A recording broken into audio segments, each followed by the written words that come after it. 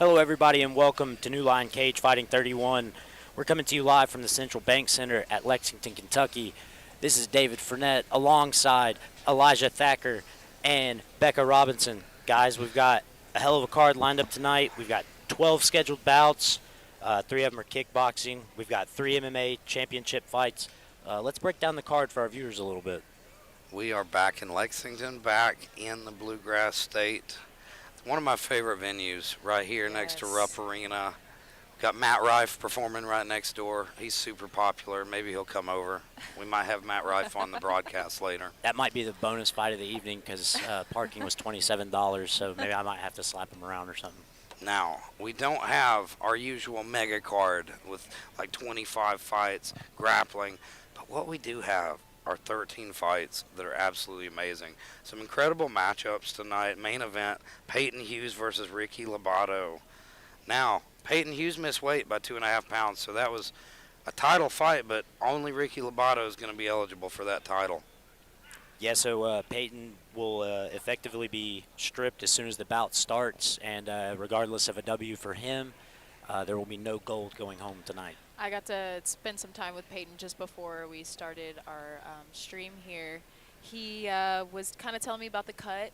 He said he got down to about 3 pounds before he was sauna. He was doing the Epsom salt into the towels, back into the bath, and he was just really struggling to make that weight. So he decided, he wanted to be able to perform at his best, and that was going to be just, hop on that scale at that time. So that's kind of the background on that. It makes you wonder, though, how much weight Ricky Lobato had to cut. Yeah. I heard Ricky Lobato actually didn't have a bad weight cut, though. Right. Walked in, I think, at fight weight. But still, it's got to make you a little upset when your opponent misses weight in a title fight. Absolutely. I think it can mess with your psyche sometimes. Yeah. Hold on a minute. It's strange. We've seen a pattern in the UFC. These guys missing weight, and they end up winning the fight. A lot of the bigger guys who didn't have as tough of a weight cut win the fight. But, coming into this fight, this is a tough one for Ricky Lobato. Peyton Hughes, 4-1. Ricky 2-0. Peyton's got more experience, and he is a knockout artist. This is a classic matchup of knockout artist versus a grappler. Ricky's a guy training out of Butch Hiles MMA in Charleston. Peyton is a Kentucky fighter, former B2 veteran, and you see he's 4-1. He's got a kickboxing win by knockout, and 3 of his MMA wins of those 4 are knockouts. Yep. He's got 1 armbar as well, so he's a finisher. He's a guy that's going to be a really tough out for Ricky Lobato. Well, and we've spoken with Butch plenty of times before, Elijah. We know that he's going to have a game plan ready for Peyton Hughes for Ricky, and it's just going to be whether or not Ricky's going to be able to weather the storm on the feet and get the fight to the position that he wants it to be in. But Ricky's last fight was against Khabib Nurmagomedov, so his confidence has got to be through the roof right now. Sam Abdikidrov. Close enough. I mean, to me, he's the Khabib Nurmagomedov of Lexington, Kentucky. We'll accept that. We'll accept that. You see a guy like in that last fight, for Ricky. I saw the fight poster, and you see that guy's last name. You're like, oh, this guy's going to be good. Yeah, It's strange. Those guys from Dagestan and the Caucasus. Oh, my goodness. Incredible fighters coming out of there, and we got one tonight, Jonathan Kuhneman. Yeah. 8-0 as a professional. This guy's the real deal. He trains out of Team Elevation up in Colorado. That's one of the top camps in the country. He also does a little work down at Jackson Wink, man. Yeah. He's touched gloves with quite a few really, really big names. And, we're excited to see him get in there. But he's got a tough out tonight against Skylar Mahler. That's 2 of the most premier MMA gyms that we've seen, especially UFC guys always coming from Jackson Wink. We saw John Jones, probably the greatest fighter of all time. Got to add Holly Holmes. Got to add some women in Absolutely, there. absolutely. Holly Holmes. See, now we're a more diverse crew with Becca on. Yeah, you We've gotta got our representation, and that's what we needed here at New Line. We were really lacking in diversity, and now that's what we got Thank with you, Becca. thank you. We've got the women's representation here. Holly Holm, though, my God, Oh my! one of my and favorite she's female still, fighters. and she still looks so great, even Yeah. being I think 41. I had 42, 41 I or think. 42. Yeah, so still much going. confidence in Holly Holm. I picked her to beat, Ronda. no, who's the big one now? The new one. I'm drawing a blank. She's judoka. Oh, Gold Kayla medalist. Harrison. Kayla Harrison. Oh. I thought Holly Holm's going to beat her. Yeah. Because, Kayla hadn't really fought anybody that caliber, and we saw how good Kayla is. Yeah, absolutely, man, absolutely. But back to our card, John Kuhneman, that's a guy, we're talking about these UFC caliber fighters. He's a guy we're going to probably see in the UFC one day. Absolutely, and I'd be willing to say a capture of the title tonight against Skylar Mauler is going to put a lot of eyes on him, especially if he can get a finish. That will be 9 finishes. 9 finishes. I think I broke it down. 5 of those were submission. Yep. So that's 63% of his wins, and then 3 of those wins were TKO. So all finishes. He's got submissions on Yep. his record. Mm-hmm. Yeah, he's a hell of a grappler. I watched some of his fights, and his top pressure is out of this world.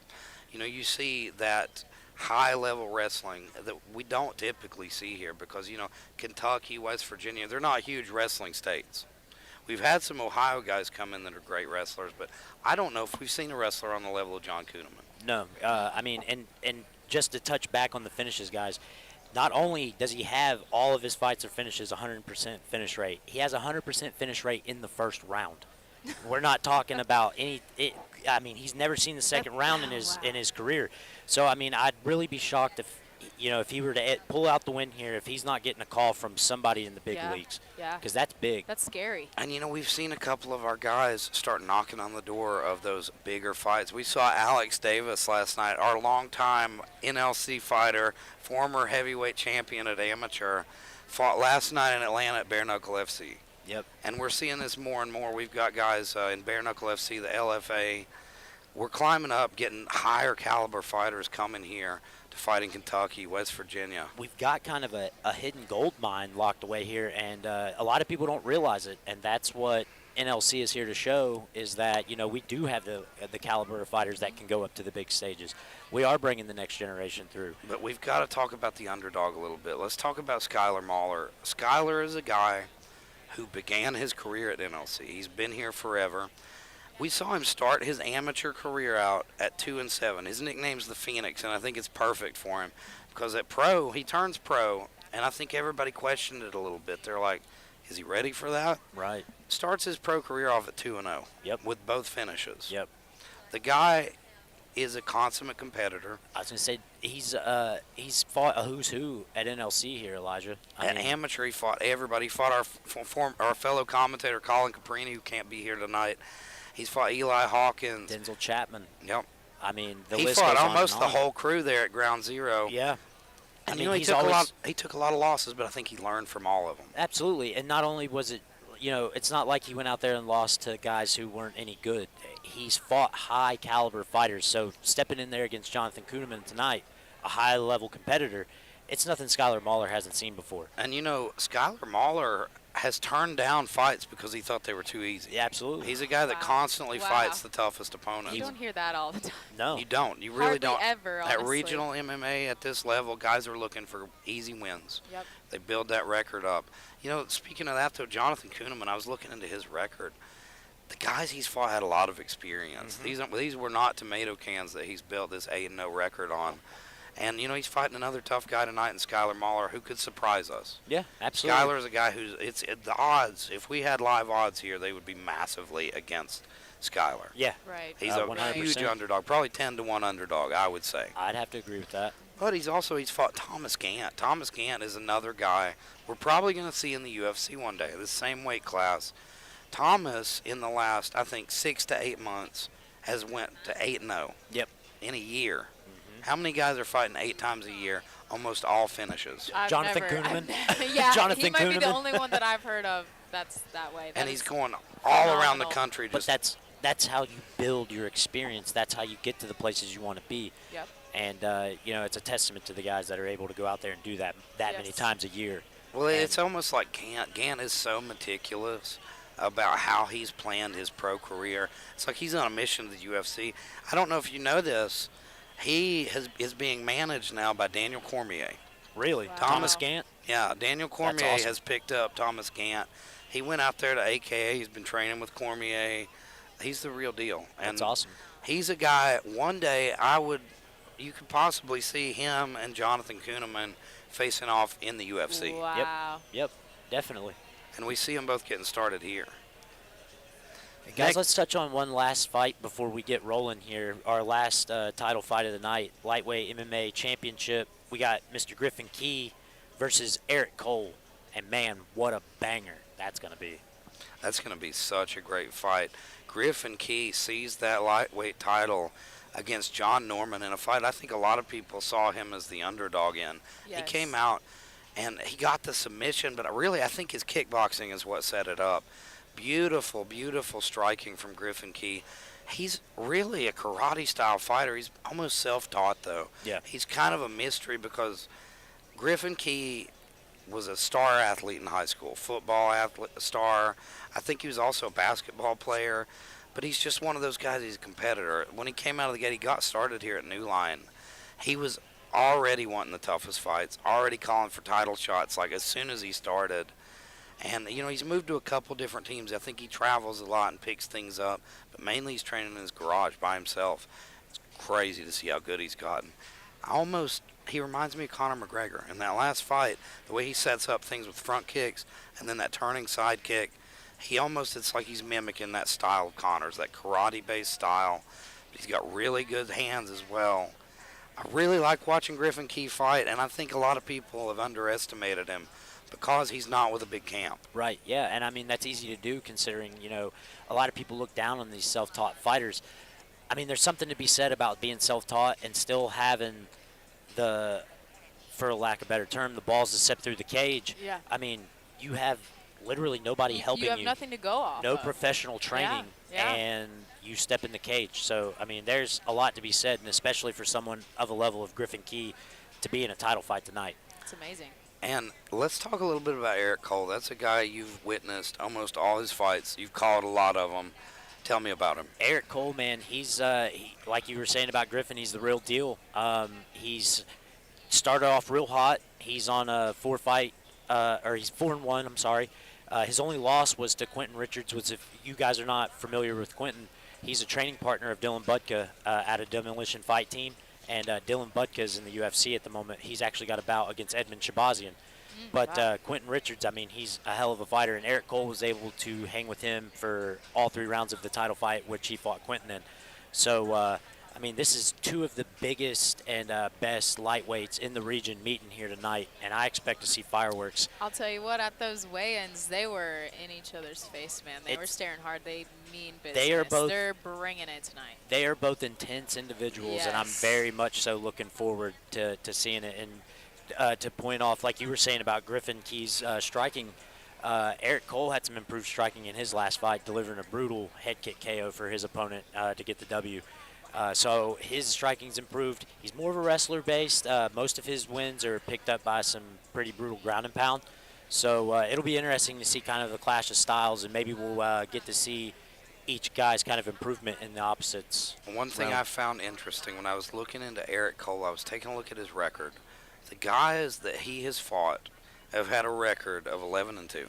He's not fighting cans. This guy is taking away a lot of O's. Yep. His opponent's 4-0, 3-0. Ladies and gentlemen, we are live. As he from climbs Line up, he's looking Cagefighting great. 31, Lexington, Kentucky.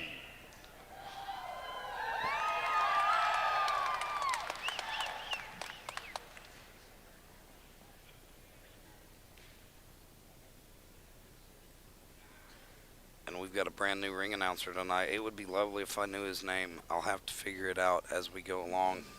I believe he's ring announced for us once before. He's got a great voice. His I name like it. slips me as well, but Very he's a great smooth. guy. Yeah. I want him to sing. I bet he's got a beautiful singing Who's singing voice. tonight? Maybe he'll sing the national anthem. Yeah. It doesn't Someone look asked like if we're. I was singing the national anthem. I think it was the dress, but that's okay. Well, it looks like we're skipping the national anthem, Oh, going nope, we're straight to just- the action. We're just fighting. And here we are, first fight of the night. Connor Belcher stepping into the cage.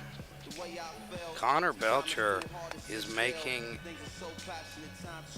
his second walk into the NLC cage. He's 0-1. He lost to Cole Givens. But this is his 3rd time being scheduled. His first fight was supposed to be in Ashland. Yep. We had it that new mall there. Really interesting place. had his opponent no show day of the fight. That's so Oh, my frustrating. goodness. Absolutely. Yeah. To put in all that work and be there, Be ready, go through the nerves, go through the cut, And- and nothing. nobody's there. He's just recently graduated from high school too. He's a young buck, just getting started in the game.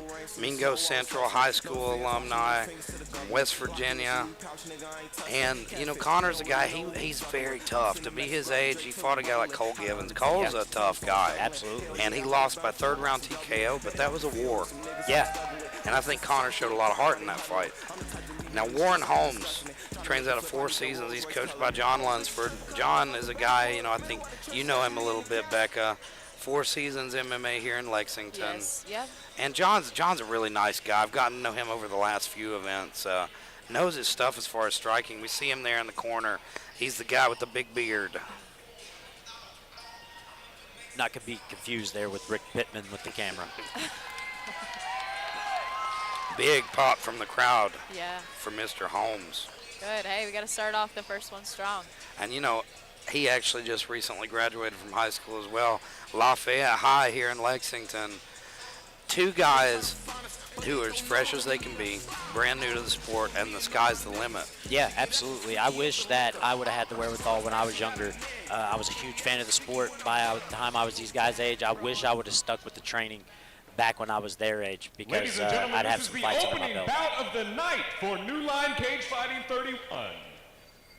This contest is 3 2-minute rounds in the New Line Cagefighting flyweight kickboxing division.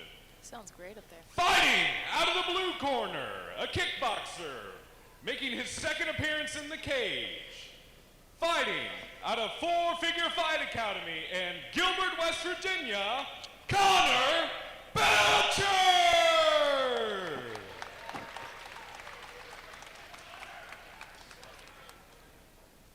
And his opponent, fighting out of the red corner, a kickboxer making his debut in the cage, standing at 5 feet 10 inches tall, weighing in at 125 pounds, fighting out of Four Seasons in Lexington, Kentucky, Warren Holmes!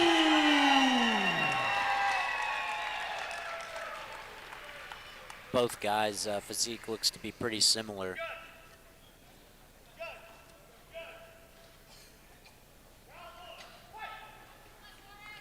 And they touch gloves, and we are underway. Oh, wow. And Some both- nice straights out the gate there from red corner. Warren Frenetic start. Holmes definitely coming out strong, but there's Connor that lands a nice counter and kind of backs him up. Left hook, right hand by Connor, pushing forward now, and there's a nice knee to the knee. body. Nice. These guys are fast. Yeah. It'll be interesting to see if they can keep this pace up.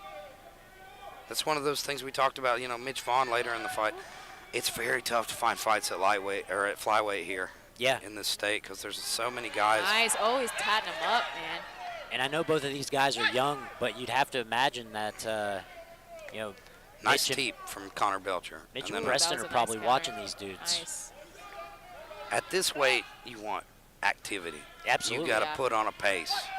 And that's what Connor Belcher's trying to do. He's looking good Oh, here. that was a nice push kick. Perfect timing on that. Trips him. Holmes complains Man, it was a he's little got low. some great combos there coming Belcher. And as a boxing coach, how much does that make you happy seeing a guy putting punches together? I love it. I love it. When I start seeing those combos go past 3, 4, 5, I just get a little too excited. And I think you tend to see that too much, especially on the regional level. Guys pot shot. Yeah, it's one shot here, one shot there. I'll tell you what, I think that also makes it hard for the judges to judge. Yeah. It's very back and forth. It's very That even. was- So somebody has to take control with throwing more volume. Body kick attempt goes a little low. Catches Oh, the that glove. was Nice a trip. nice. This is a back and forth fight, though. Both guys really Ooh, leaving nice. it all out there. Well, that's what you want to see from a debut, man. Shows you these guys are Yeah, ready to they're get ready in there. to go. Nice hook there on the break. Oh, that was a And there's clean shot. Connor, Right he is chin. two big shots in the middle of that exchange. And But he he steps was- back, but now he's coming I was forward gonna say, again. Uh-oh. he's happy to hang in the pocket. Let's see if Warren Holmes can pick it up. Oh, Nice by the first bell. round. Wow. How do you score that, guys? You know, just based off what I saw at the end, I would probably go towards Holmes. I think he so, kind of too. finished it off. You steal the end of a round two, and judges tend to remember that. Yeah, he stamped that thing. And Connor Belcher, you got to give credit to him because he hung tough. He did. He ate big shots. kept coming forward, though. These guys are both very, very skilled to be, just getting started in the game. Right. Yeah, I agree. He had You know, good counters through that round. They've though. got room to tighten up, of course. Oh, They're absolutely. green, but you can see that fighting spirit It's they've there. both got. Yeah. It's that feeling like, there are two things you can do when a guy hits you. You can back off, shell up, or you can get mad and be like, I'm going to hit you harder than you hit me. Jump and you see right. both these kids have that. So And it's got to be happy cornermen to see that kind of effort. Both guys getting tagged but staying right in the line of fire. Great first fight to start us off. Connor Belcher breathing real hard here. That was a very heavy-paced first round, and he ate some big shots, so that's got to take it out of you a little bit too. I'd like to see more kicks from Connor Belcher, more of those push kicks. He's taking some big breaths. Oh, nice 1-2 from Connor Belcher. And he's swinging while they're in the pocket there. Okay. These boys are getting after it. Oh, Oh, was that that one a looked a knee? little low. I couldn't see it. Yeah, Didn't see it was hurt. bad low blow Okay. there. It was a push kick, and it just went a little bit low, hit the cup. And it looks like Connor Belcher is not happy about it. He's wearing it. Yeah. He's going to have some time to recover here. I think you should probably take it. It wouldn't hurt. So if you're in the corner of Warren Holmes, what are you thinking right now? I'm wanting him to maybe be careful on those kicks.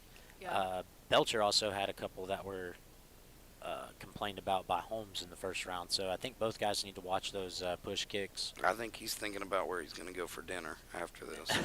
That's what I'd be thinking about. No, these guys are both tenacious, and I think Warren feels like his confidence is going to be growing. He feels like he's really, even though it was a low blow, you kind of feel Oh, like yeah, I've got you're him like- hurt. Yeah. Honestly, he's not looking too happy about the situation. I just He's saw him mouth Get a some warning. expletives. I think he's He's ready to go.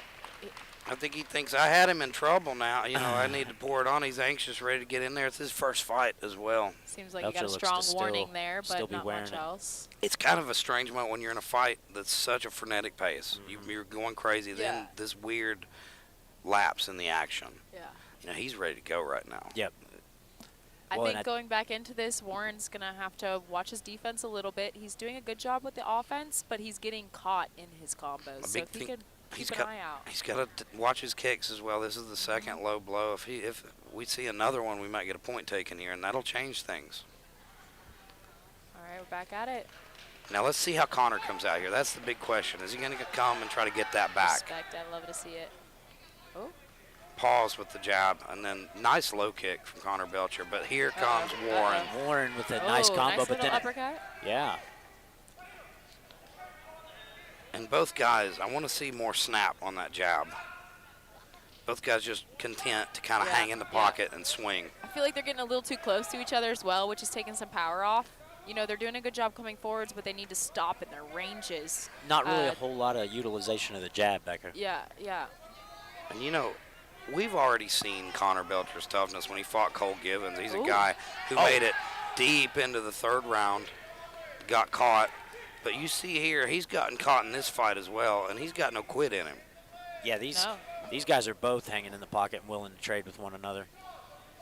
Connor kind of pawing with his punches. I think that's a sign of fatigue there. Yeah, Right. he's tired, but he's still coming forward. And that ring generalship, that It looks that good. makes a It difference. looks good for the judges. Oh, that was a nice That was clean combination, but shot. then Ooh. Connor Belcher just marching forward through it. He's got to keep coming forward or cut an angle right now. Yep, because Holmes is right back on him as much as Belcher was on him. It's kind of like I love this. These throughout guys are- this fight, they're taking turns. Yeah, Yeah, absolutely. And it's a fun fight. Ooh, Nice nice combo. Oh, Warren Holmes. Clean lead hook there from Holmes. And then Belcher with a nice jab to kind of push him back. And that's just Oh, And then a no, combination he now can't from leave the Belcher. head up. Oh, It- nice knee. Knee from Holmes. right up the Man. middle. And that Big took knee. something out of him there. I think so Yeah, too. yeah. Last 10 seconds of this round. Who's going to steal it? Will he stand These it boys again? are willing to Oh, okay. Connor Belcher, tough as nails, marching forward, throwing punches. Man. What a fun fight. That was a close, Wow. close second round. For fun, I would go 1-1. Yeah, Just I the could see energy it. he brought. I coming think so as well. I forward. mean, It's so close that I can't be shocked to see it go, 2-0 either Yep, way, yep, 1-1 yep, each guy. yep. I mean, it's close. This mean- is a hard fight to score. Yeah, absolutely. And it's because it's such a frenetic pace, and we see that with flyweights a Yeah. lot. Yeah. These guys are There's so throwing much action. many punches. Yeah, there's so much stuff going on. It's just, you've really got to hone in on what's going on and what's landing. Yeah. You know, you get So, the difference between a flyweight fight and a heavyweight fight. You got, 20, 30 punches in a heavyweight fight.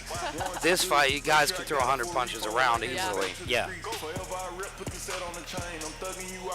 Becca, if you're in the round of these guys, or the corner of these guys, what are you telling them? For Holmes, again, defense. Saying defense, man. He's only getting you when you're throwing those combos because your chin's a little too high. You got to keep it tucked, tighten it up a little bit. Maybe go more in spurts, in, out. He's kind of going in, staying there until he gets rocked. From Belcher's corner, I would say keep that pressure, man. It looks good. It looks good. Keep the pressure, go forward, tuck your chin, fight behind your kick, your strikes. I think you're exactly right. Connor Belcher is having the most success when he's pressing forward, being the aggressor. When he's struggling is when he lets Warren kind of take over. Yeah, and Warren's accuracy is doing great. He's doing great with that accuracy. Connor's got to bite down on his mouthpiece there, realize he might be down on the cards, just keep coming forward. Cut angles, that's the biggest thing he's missing right now. Yep. If he can cut some angles instead of staying right there in front of him. I think we're going to see a sense of urgency out of both guys here. Swinging, Look man. at They're this. swinging so hard right now, guys. Big swinging and banging. Connor's smiling. Connor's got a smile on his face after that exchange. I would That's love to see awesome. Connor learn to get his head off that center line a little bit. Yep. Because he's coming in, landing beautiful shots, but then he stays there for the counters. Yeah. He Yeah. stays right in Yeah. that same spot, and that's when he gets hurt. Yep. And he tends to walk into some shots because of it. But, man, And you Warren see- Holmes not giving him anything. But again, still pressing forward. Yeah. I love to see that. Not throwing a whole lot right now, but Warren's being smart here, though. You can lure Connor into stuff. Absolutely. Yeah. That's 'Cause really where he's had a lot of success. Because he's not trying to Nice. cut him off. He's just following him. But you Yeah, can't let him yeah. be in your face like that. You've got to either make him respect you with your jab or with your teep. Keep him off of you in the range you want him to be at the end of your punches. Yep. And we see that's what he's doing. He's trying to stay on his bike now, and I'm sure his coaches have told him that. Get on your bike, Belcher's make him gotta chase get- you, make him walk into something. Belcher's got to get a little busy because I Belcher's feel looking like a little fatigued. Yeah. Those low kicks, and it wears you out chasing somebody down. 100%. yeah, the lack of activity is going to be a shining light in the judge's eye of man. this round. So he's got to do something big like this. Yep.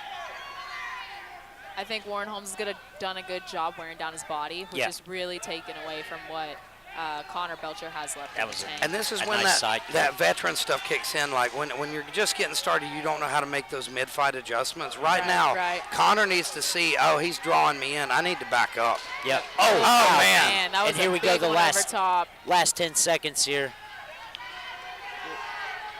I think. Oh, nice. Nice You get a push kick. highlight from And that Connor Belcher one. calls him in. Very Great nice. fight for these that guys. was fun. Fun to Warren finish. Holmes. And look at him. Yeah, I think he took over that third round. He did. He put a stamp on it with that kick. I think we're going to see Warren take this one, but Connor showed a lot of heart. Yeah, definitely. I And mean, he's a guy. He started off. He's going to be maybe 0-2 here, but he's a guy I Great want to see showings. keep going. I want to see him keep going. great showings in both fights. So Take what he's learned from this one. Learn to cut those angles. Learn to move his head a little more. He's a guy who's got a lot of potential. Warren Holmes as well. He's a good counter striker. Yep. He showed that in that third round. Like when he got on his bike and started moving. if he can keep him at his distance, I feel like that's where Warren Holmes was showing he was really thriving, because when he was at the end of his kicks, I mean, he was keeping him at bay. So, yeah, great showing from both of these guys. And we'll turn it over to Becca here in just a moment. She'll talk to the winner. I'm curious to see who it is. I'm curious to see if the judges saw it kind of the same way we did. Slowly Warren started edging it out. The second round was close, though. Yeah. Connor had a really valiant second round. Yeah, I don't think there's any argument that Warren took that third round. I think it's really just going to be what the judges valued the most in those first two that's going to be the decider. I think I would lean toward Warren for the first round as well, but it was close. Very close round.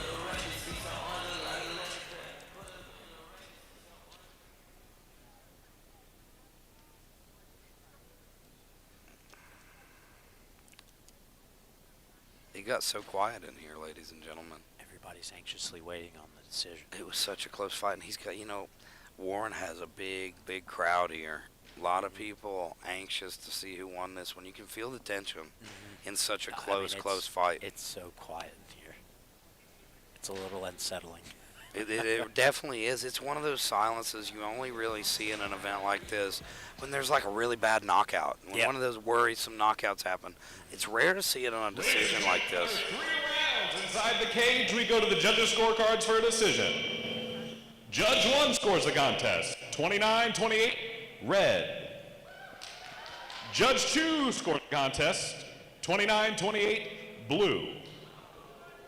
And Judge 3 scores the contest, 30-27, for your winner by split decision, Warren Holmes! Warren Holmes takes it by split decision in a close fight. Moment of your time, Warren. Tell me what's going through your head. It's the best feeling I've ever had. We're having trouble, sorry. I just want to thank everybody up. Oh, no. Having a little audio trouble. We're going to have to switch mics. Swapping mics. Check. Okay, The old try mic that one more swap. time. I want to thank everybody down at 4 Seasons MMA. Anybody I've ever sparred with. I want to thank my coach, John, over there. I want to thank my other coach, Red. I want to thank Mike for letting us use 4 Seasons MMA, the facility. I want to thank my family over there for coming out. I want to thank my beautiful girlfriend for coming out. And I just want to thank Jesus Christ, my Lord and Savior, for making this happen. And come down to 4 Seasons anytime. And yeah, that's all I got to say. All right, hey, one more thing. What's next for you? How are you celebrating? I'm probably going to go home, take a nap. All right, sounds good. Everybody give it up for your winner one more time. Good post-fight interview there from Warren Holmes. Well, Seems Warren- like down-to-earth fighter. Well, and he's on to something with that nap. Oh, yeah. I'm ready for a nap right now. But we got some great fights coming up, and I got a feeling I'm going to... Actually, that first fight, if that doesn't wake you up, I don't know what That was a would. great start to the event, man. I'm really excited to see the way the rest of the card plays out because we've got some really exciting fights lined up. Next up, I believe we've got our women's fight. We do Eden Hall versus Tracy the Black Widow Herdman. This is an interesting one. Both these ladies brand new to NLC.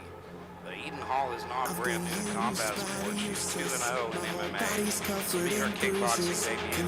She's got a win over an NLC veteran, Kelsey Elmore, who we saw very tough. She came up short in her kickboxing debut with us, but I believe that was in August, wasn't it, this year? yeah, it was right here in Lexington. Eden also has a victory over Kelsey's opponent here at NLC. Oh, really? Yes. So her 2 wins were Kelsey Elmore and then Kelsey's opponent at the last NLC event. And stepping into the ring here. Keely Fishbach. Oh, yeah, Keely, I forgot about it. I knew it would come to me eventually. We don't have a lot of women's fights, unfortunately. It's always a pleasure whenever we can get, that dynamic onto the show. So Eden, definite experience advantage here, but we see Tracy Herdman already stepped into the cage. She is from Pennsylvania, coming a long way down here to Kentucky. That takes some dedication. Absolutely. From what I understand, Elijah, she accidentally messaged the NLC page and just happened to get into some conversations with Keith, and one thing led to another, and here we are. So, from what I understand, she's been training for over a year. Yes, Sam Jones Gym. Sam Jones. She's actually from the same hometown as me. We found that out at the weigh-ins very yesterday. cool. So it was kind of cool to see how we're connected through this. And I think she is very nervous. First ever anything. She's been training at primarily a boxing gym. Right. So that's kind of her background. And she said she's probably been training for about a year. So tell me this: how did she get into MMA? How did she get into kickboxing combat sports? That's a good question. I didn't really talk to her much about it other than where we're from. There's not a lot to do. She's close enough with Sam Jones, Paul Westfall. Oh, thank you. Paul Westfall trains out of there. Not sure if you're familiar with that name. Brian Kamichis is out of that gym. That's a big name. She's training out of a really legit camp. Yes. Yeah. Yes. So she's got to be legit. If they're confident in her, telling her, let's do this. Yeah. From a camp like that, you got to think she's got to be legit. Gotta have something. Gotta have something. And you know what? Sometimes you don't know if you have that something until you get in there. And you her know? teammates gave her the nickname the Black Widow. That's an intimidating nickname. Agreed. Here we see stepping into the cage, Miss Eden Hall out of Louisville, Kentucky. And I got to see Eden, pre-fight. I didn't get to talk to her, but she had this intensity about She her. does. Every I was- interview, every time I passed her in the hallway, she's just focused. And Got I Mr. was, Austin Runyon as the ring man.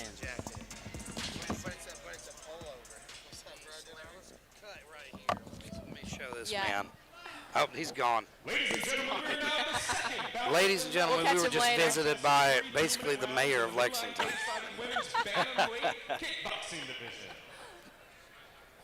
with a great mustache. Fighting out of the blue corner, a kickboxer making her debut, standing at 5 feet 1 inches tall and 140 pounds.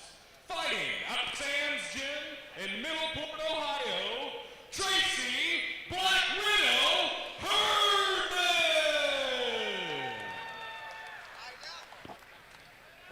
And her opponent, fighting out of the red corner, a kickboxer also making her debut, standing at 5 feet 4 inches tall, weighing in at 138 pounds, fighting out of Derby City MMA, Louisville, Kentucky, Eden Hall!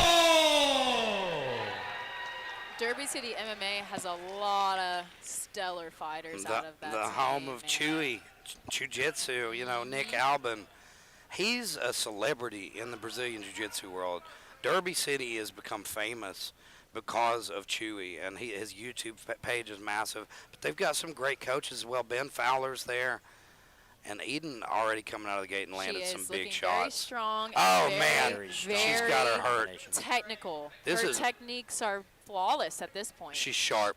So sharp. Oh, that Beautiful was clean. right hook, left And I hand. don't think He's gonna give her a standing 8 count. Yeah. I don't think Tracy yeah, Herdman's yeah. gonna want any of it. No. She's saying she's okay. She's tough, but she's outmatched here. Yeah. You can see early on.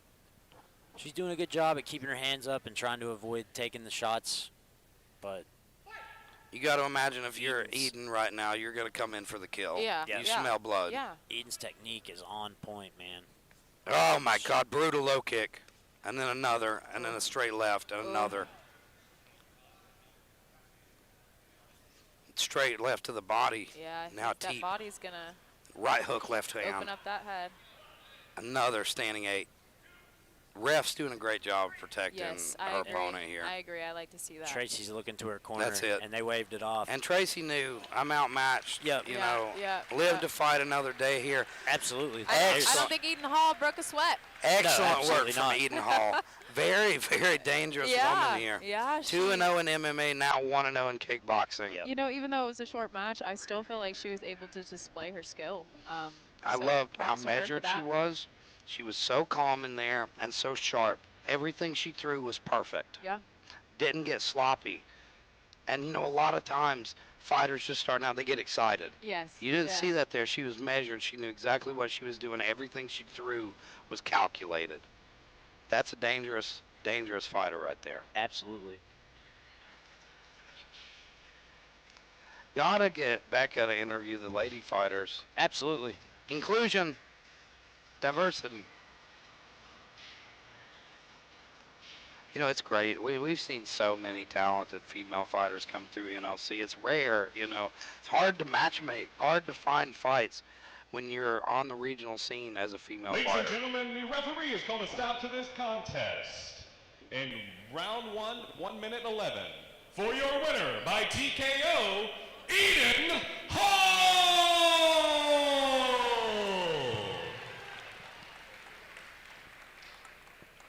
All right, everybody, I'm here with your winner, Eden Hall. I know that didn't necessarily go the distance that you might have wanted, but I need to applaud you for your technique. You came out here, you looked very, very put together, very strong. Tell me about how you felt in there. I felt good. This was my first fight taking it at such short notice, which I learned a lot. And I'm just happy to be here, honestly. It's good. And I, Make sure we didn't lose you there. Good. I'm glad we'll see you again. Do you have a timeline? When would be an ideal next fight for you? As soon as possible. Okay. You're looking for anybody in particular, or? No, just trying to stay active and keep working on my game. Okay. Well, congratulations, everyone. Let's give Eden one more round of applause. Congratulations. Very well spoken. About as dominant of a performance as you can see. Yeah, absolutely. Just completely in control of that fight. Well done, Eden Hall. Somebody to definitely keep an eye on. Her kickboxing looked vicious. Yeah, I'm excited to see her back out there. Next up, what we got? We got a super lightweight kickboxing match. Jared Corman versus Alex Chaparro. Mr. Corman is fighting out of Hybrid MMA here in Lexington. He's going to be making his kickboxing debut, but he is no newcomer to combat sports. He's a 2-fight MMA veteran. Oh my goodness, I cannot wait for this fight. This one. We were just going over Jared Corman, Yes. Becca, so why don't you tell us a little more about him? Jared Corman. I've known Jared Corman a very long time. I have nothing but good things to say about Jared Corman. He is a well-rounded gentleman. He is a well-rounded fighter. If Jared says he's going to do something, he's going to do it. He's going to do it 100%, and he takes that into all aspects of his game. So much love there. He trains out of Hybrid. I don't know if you mentioned that already. We did. Sean Stefanik is his coach. You know, his record doesn't stand for how good he is. Yeah. He's way better than an 0-2. He just fought some really good guys, and he hasn't fought in a while. Yeah, So I was this is noticing going to that. be interesting. It's been a while since we've seen Jared.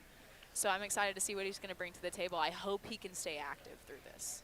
Yeah, for sure. And his opponent in the ring here is Alex Chaparro. He's fighting out of Frankfort, Kentucky from Valhalla MMA. It's going to be his kickboxing debut as well, but he has grappled for us before in the NLC grappling series.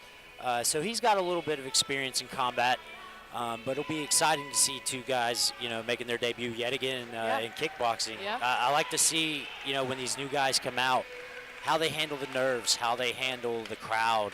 There's a lot going through your mind when you step in there for the first time, and it's always really good to see which guys can handle it and which guys kind of the pressure gets to them a little bit. Yes. And we see Jared Corman coming to the cage now with his team, Entourage. Hybrid MMA.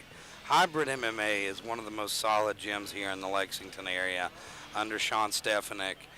That guy, he's fought for us as well. At 55 years old, almost, he fought Delano Reynolds, who was 24, half his age. I remember that, actually, now that you say that. Absolutely. Dog walked him. Sean is a tough guy. He goes back a long way in traditional martial arts. He's a world champion kickboxer. And, this team he has built at Hybrid MMA is elite. They're the real deal. Guys, I don't know if you all know who Chase Sherman is. Pretty big name professional fighter, but definitely got that look, doesn't Mr. he? Jared Corman is a mini Chase Sherman. The Vanilla Gorilla, Chase Sherman. Mr. Corman is a very, very tough-looking guy. Thick. He looks like a tank, man. And he's And got very- that mean demeanor as Very, well. very- He does. He always looks like that. I swear He's got it. bulldog Serious face. resting yes, bulldog he does. face. He looks so Everyone's like, I don't know about Jared Corman. He looks intimidating. Like, he always looks like that. He If can be I ran super into that- happy and he looks like If I ran into that guy at Walmart, I'm going to Ladies the and next gentlemen, we're aisle. now to the Absolutely. third bout of the night. This contest is 3 2-minute rounds in the new Line Cagefighting Super Lightweight Kickboxing Division. Fighting out of the blue corner, a kickboxer making his debut, standing at 5 feet 9 inches tall and in at 165 pounds. Fighting out of Valhalla MMA in Frankfort, Kentucky, Alex Lone Wolf Chaparro!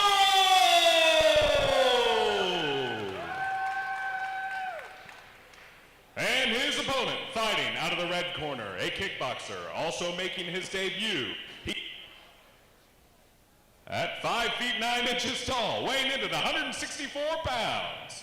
Fighting out of Hybrid MMA in Lexington, Kentucky, Jared the White Tiger Corman!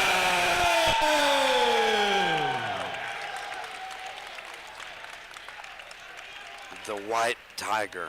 I'm expecting fireworks. So you from got Chase Sherman, the Vanilla Gorilla, and then Jared Corman, the White Tiger.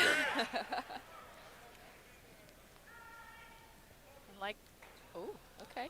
Sidekick out of the gate from Alex Chaparro. But Oh, big shots Man. from Jared Corman. Jared's strong, man. Heavy He starts left hook. connecting these Wow. punches. He's smelling Look blood, at these man. combinations. And there's a standing 8, quick.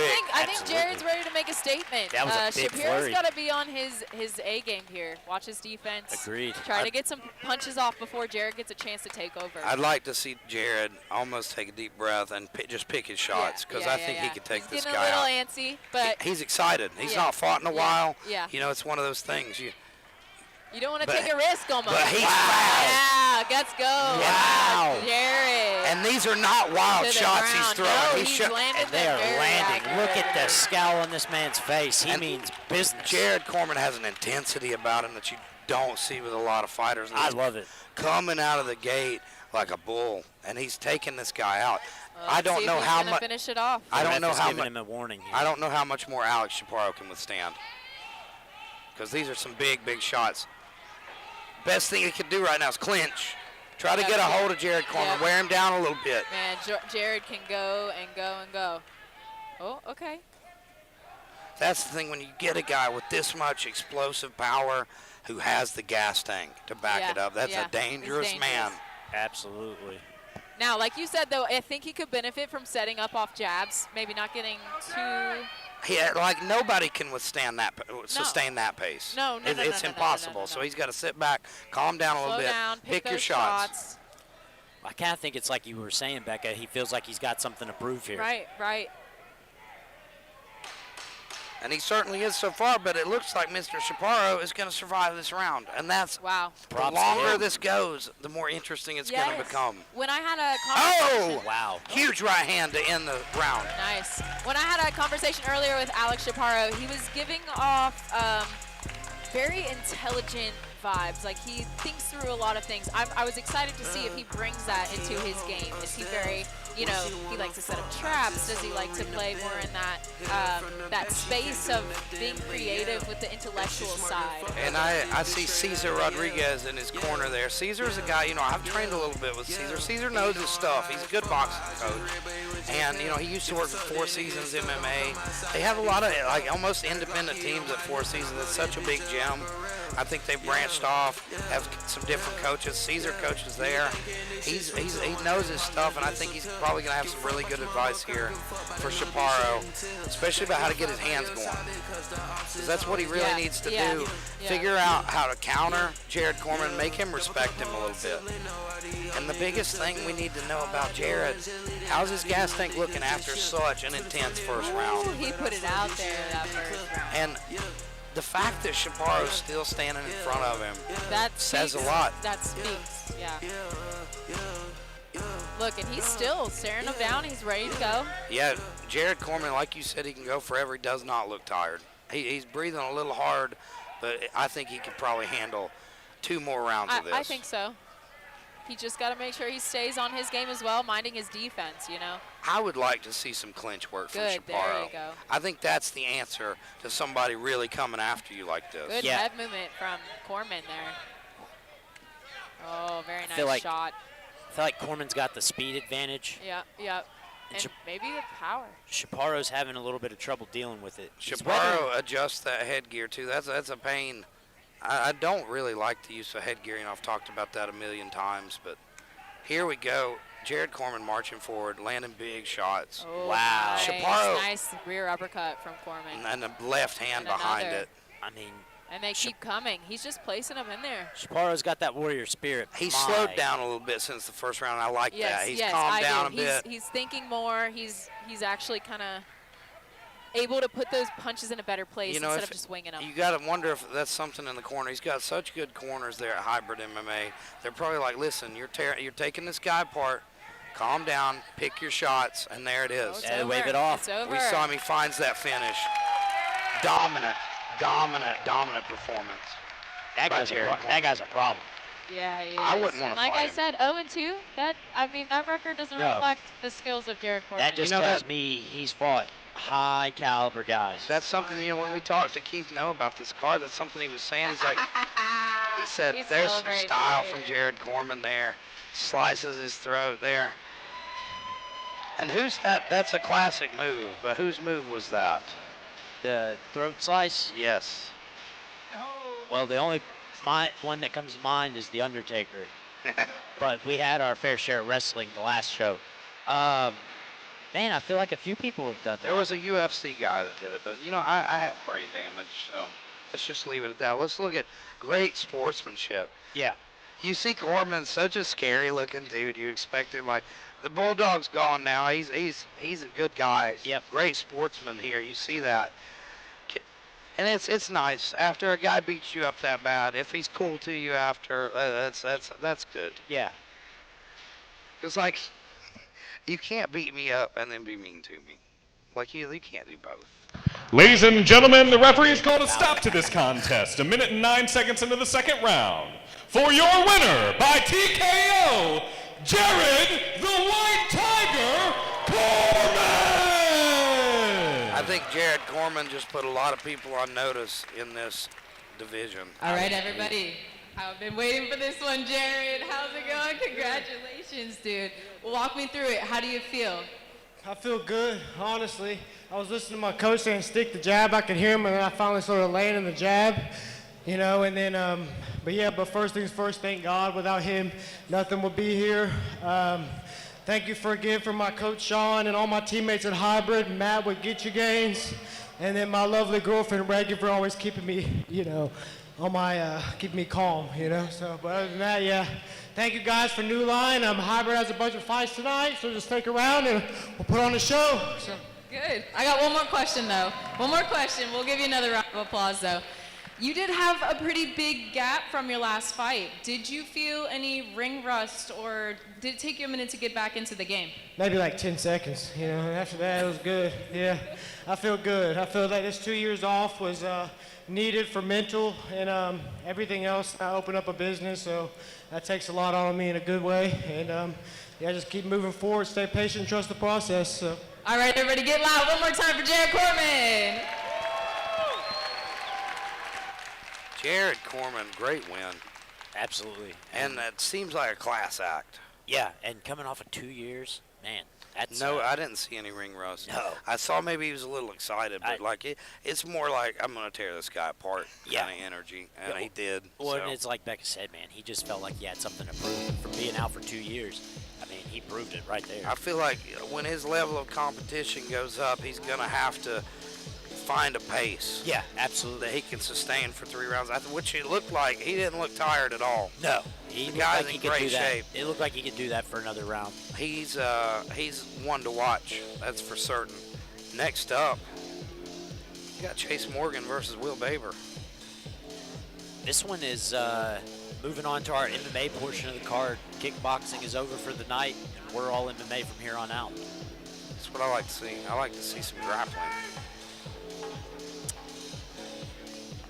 All these strikers just scare me. I know all of them could knock me out. That guy could head kick me. That guy could head kick me. Here we are. We might see a little bit of jiu-jitsu, and we got Chase Morgan. Yes. This is his MMA debut. Yes, when I was interviewing Chase, one thing that I got from the interview was his energy, man. He's young, he's hungry, he wants to just come out here and mess some stuff up, Wrestling background. That's your X factor right there. Yeah. This guy was a college wrestler. Yes. So was his brother. And, you see so many great fighters that have brothers that are competing in combat sports as well. I think it's that constant competition. You've got somebody to help make you better. I've seen it with the Diaz brothers in MMA, the Mendez brothers in jiu-jitsu. There's so many. Yeah. The Klitschko brothers in boxing. Yep. It's nice to have that built-in training partner. That's, like you said, that little sibling rivalry that kind of pushes you to be better than your brother. And somebody that you're that close to as well. Your brother. We see it with the Starcher brothers, who we're going to see Preston later tonight. And here we go. Chase Morgan, he's grappled for us before back in June in Bridgeport. Came up short, but really showed what a talented wrestler he was. Fighting out of Mount Sterling, Kentucky. wrestled for West Liberty University. He's up against Will Baber. Will Baber is 0-1 in MMA. Fought for Hard Rock MMA, which is another preeminent organization here in Kentucky a lot of people are familiar with.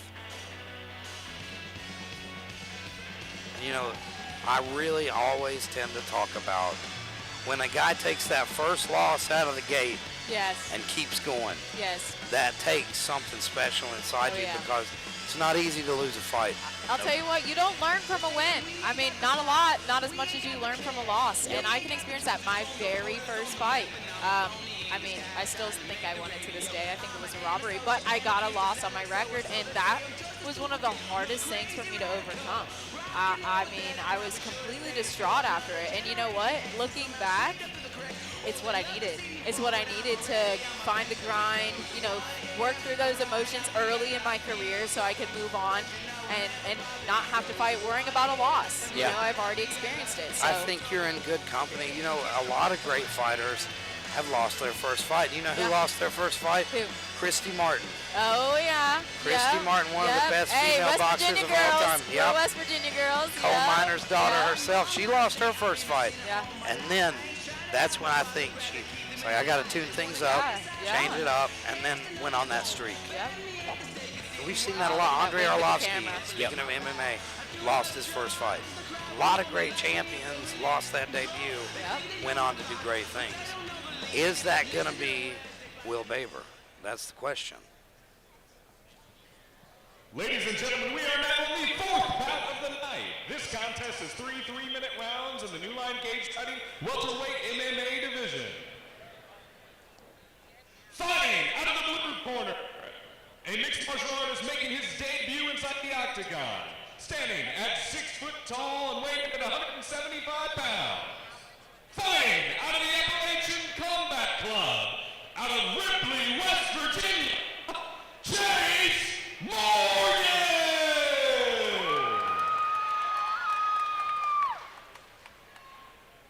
And his opponent, fighting out of the red corner, a mixed martial artist making his second appearance in the cage. He stands at 5 feet 7 inches tall, weighing in at 170.8 pounds.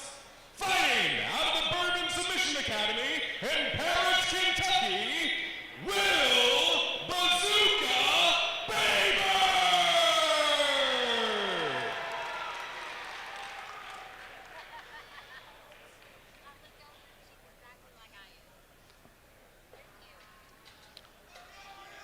Ripley, West Virginia, Chase Morgan's out of. I said Mount Sterling. I think you did. I did. I wasn't going to call you out, though. You should call me out All right, always. next time. Oh, beautiful. Beautiful. No. Hurts it right out of the gate. I missed it. I looked away. And you see that wrestling background. He was hunting for that takedown after he got hurt there. Oh, his head snaps back off a jab. And he missed that spinning back fist. It was a beautiful two-punch Wow. combination, followed by the spin. That shows he's a confident striker. Wiry. I love the first 30 seconds. It's very much randomness. Now, Trying to Chase settle in Morgan a little bit. has got him pressed up against the cage right where he wants him to get that nice. takedown. Yep. We see that wrestling, and that's the X factor. Get Now some- he's on the back, and he's doing a great job not getting too high. He's got that one hook, which is all he really needs, is that bottom hook. But Will is doing a great job transferring Put that his arm hand over to the other to side. the other side. You Yep. see, if you can get that 2-on-1 grip when a guy's on your back, they're not going to be able to finish you from there, and you're going to start to be able to work out. Oh, nice. Oh, another Dumps him. Impressive big slam there. takedown Big there from takedown. That college wrestling really giving Baber some trouble here, but he's too high on the back now. But Oh, there we go. see Some that- ground and pound. you see from- how he just floated right to top side control. Yep. Will's trying to cage walk now and get back up. Uh-oh. Morgan's hunting for that arm. He's got the Kimura, You know, and he's diving for it. Yeah, he is. Let's see if he can get it out of the pocket here. He's really confident he's going to get it. Oh, wow. But he gives up top position, and he's going to lose it now. Baber stayed calm. Beautiful job just flowing out of that submission. Oh, man. Nice ground and and he's got his pound arm behind from his back Barber. here, Elijah. He's got him in the chicken wing here. Wow. We call that the chicken wing or the cop lock, and he could have finished him there. That was nice. If he would have seen it, but they scramble, and now we see Baber on top here, and Chase still hunting for that takedown. And I think he's going to get it. If he can get his hands together here, he's going Yeah. to He's got dump him it. He's got him together, He yep. just needs to pull him back. Yep. He's Oh, and he single leg. switches it Okay. to Switches the to the ankle single. pick. Yep. He's got the neck. That's good work from Chase Morgan. Now they're in the So dogfight tough. position for a moment. And now we see Chase spinning to take the back again. It looks like he's hunting the arm again. He gets a little overzealous. He likes that one hook, and he just floats. Yeah. See how he's floating there? He is. He's not really settling into any one position. It's That's- a lot of movement. That's the sign of a good wrestler, though. You're almost you're not really that wet blanket crushing. You're flowing on top. Yeah. Looking for openings. But you see, he didn't lock down that position there, and Baber gets back up, and you saw Baber crack him right in the we got beginning some of this blood round. under the eye. We do. Of That was Chase from Morgan. that first exchange. Yeah. And I think Baber had him in deep trouble. Let's see, he's got him right in the same position. Dude, he needs to stay on his feet. But Chase does a great job closing the distance, oh, but he wait gets a minute. thrown. Wait a minute. Nice throw there by Baber. Beautiful work. Baber throwing a college wrestler. Yeah. But you see right back to his feet is Chase Morgan. You could definitely see the higher level wrestling is And on the side of Short Morgan. time And left. Morgan just backs off there, going to try to land some shots, but he gets caught. Nice right straight. I think he's better served to just keep hunting that takedown. Oh, nice That was a head, nice head head kick. Excellent work. And he followed it up with a few shots that landed clean. Just as I said he should hunt the takedown, he lands a beautiful combo and a kick. So are we going Morgan, we think, on this first round, guys? I think so with the wrestling. He got hurt in the beginning of the round, but I think judges tend to remember the last of a round more, and he came on stronger. Yeah, I'd probably lean towards Morgan. I would like him to add a little more of the ground and pound, maybe a little bit more strikes in between. What I would like to see, he's rushing from position to position, like you said. Yeah. He needs to find a good spot on top, settle in, and like you say, start peppering him with shots. That's when the submissions will open up. You know, Carlson Gracie, who I'm under, that's where I got my lineage. He has a great quote, and he said, if you punch a black belt in the face one time, he becomes a brown belt. Punch him again, he becomes a purple belt. That's what you need to really, in MMA, to open up submissions. Ground and pound's the And answer. Chase Morgan looks very strong from the few punches we did see from him. So I think if he can keep up those punches, he's going to get more openings for possible submissions. When wrestlers learn to strike, they typically have it's big, over. explosive power because they're used to exploding into those shots.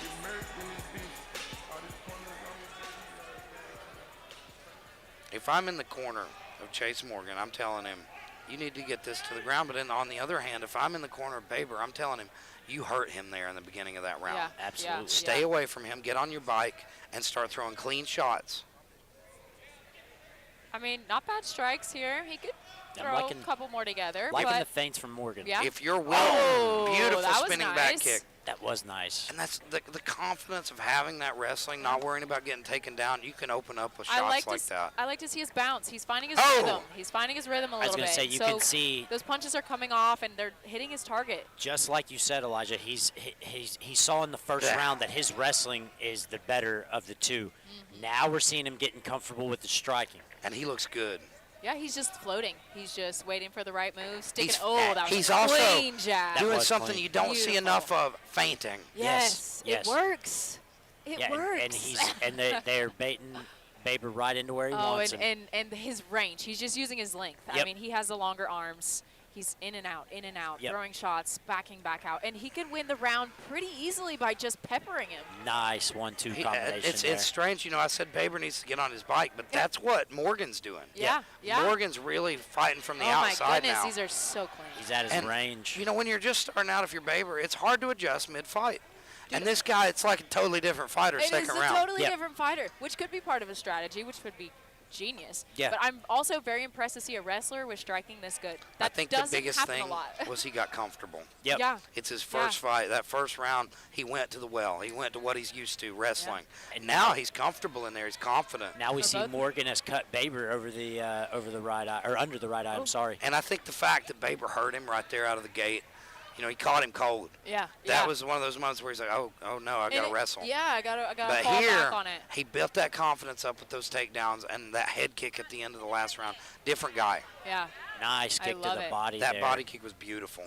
Snuck right in under the guard of Baber. And Baber is wearing it. Yes, yes. He's slowing down a little bit, not throwing as many punches. He's still there. He's If- still waiting. Baber's really right. That was what I was about to point out, Beck, is he's waiting. I'd like to see him Yes. go first. Yes. If I'm- There we see, go. Yeah. If he I'm went in the first corner, there, and he's got some reaction from if Morgan. I'm in the Sorry. corner of Baber, I'm going to tell him, go for a takedown. Do something to Different. throw him off. Different. Yeah, get him off these. Off But these there, And right on key, there's that takedown. Morgan goes for the takedown Yeah. and lands in top half guard. Looks like he's And now I'd like to Armin see him guillotine. settle in. This is a great ground and pound position. From the top, a lot of guys like Khabib, he will lock down your legs. going Darce. Yes, he is. He is And he's going got Darce. it deep. He's it going to in? sink. All he's going to do is it's sink in. down. It's in. He needs to sprawl. Can That's he it. hold Now on? he's sprawled. Oh, Can man. hold And he on? rolls. Yeah, punches. There you go. He's You got- squeezing you got with his 8 life. seconds. He's not 8 got it seconds. deep enough. You see that? That grip's not Yeah. deep enough on the arm. Time. Yeah. Wow. Woo. Now, He went for it. Look Wow. at the cut on Wow. Baber, man. if He's he would have busted up. If he would have sunk that shoulder a little bit deeper, he would have had the finish there. That was beautiful entry. I like that he was thinking Darce there. This is a guy who is fairly new to jiu-jitsu. You know, he's coming from that wrestling background, but you see the way he takes the back, the way how tenacious he is. Once he starts training pure jiu-jitsu for a while, oh my God, he's going to be a nightmare to deal with. Yep. And look at how fluid his striking was. Yeah. Well, I mean, he could be like Chuck Liddell and basically just use the wrestling in reverse for that great Yeah. striking. Yeah. If I'm a scout, this is a guy that I'm saying has Oh, all man. the potential in the world. As a debut. But Yeah. if you're Will Baber here And he's starting to run away with it. and you're in Yeah, the corner yeah. of Will, Yeah. what are you going to do to make this happen? You're down 2 Oh, rounds man. now.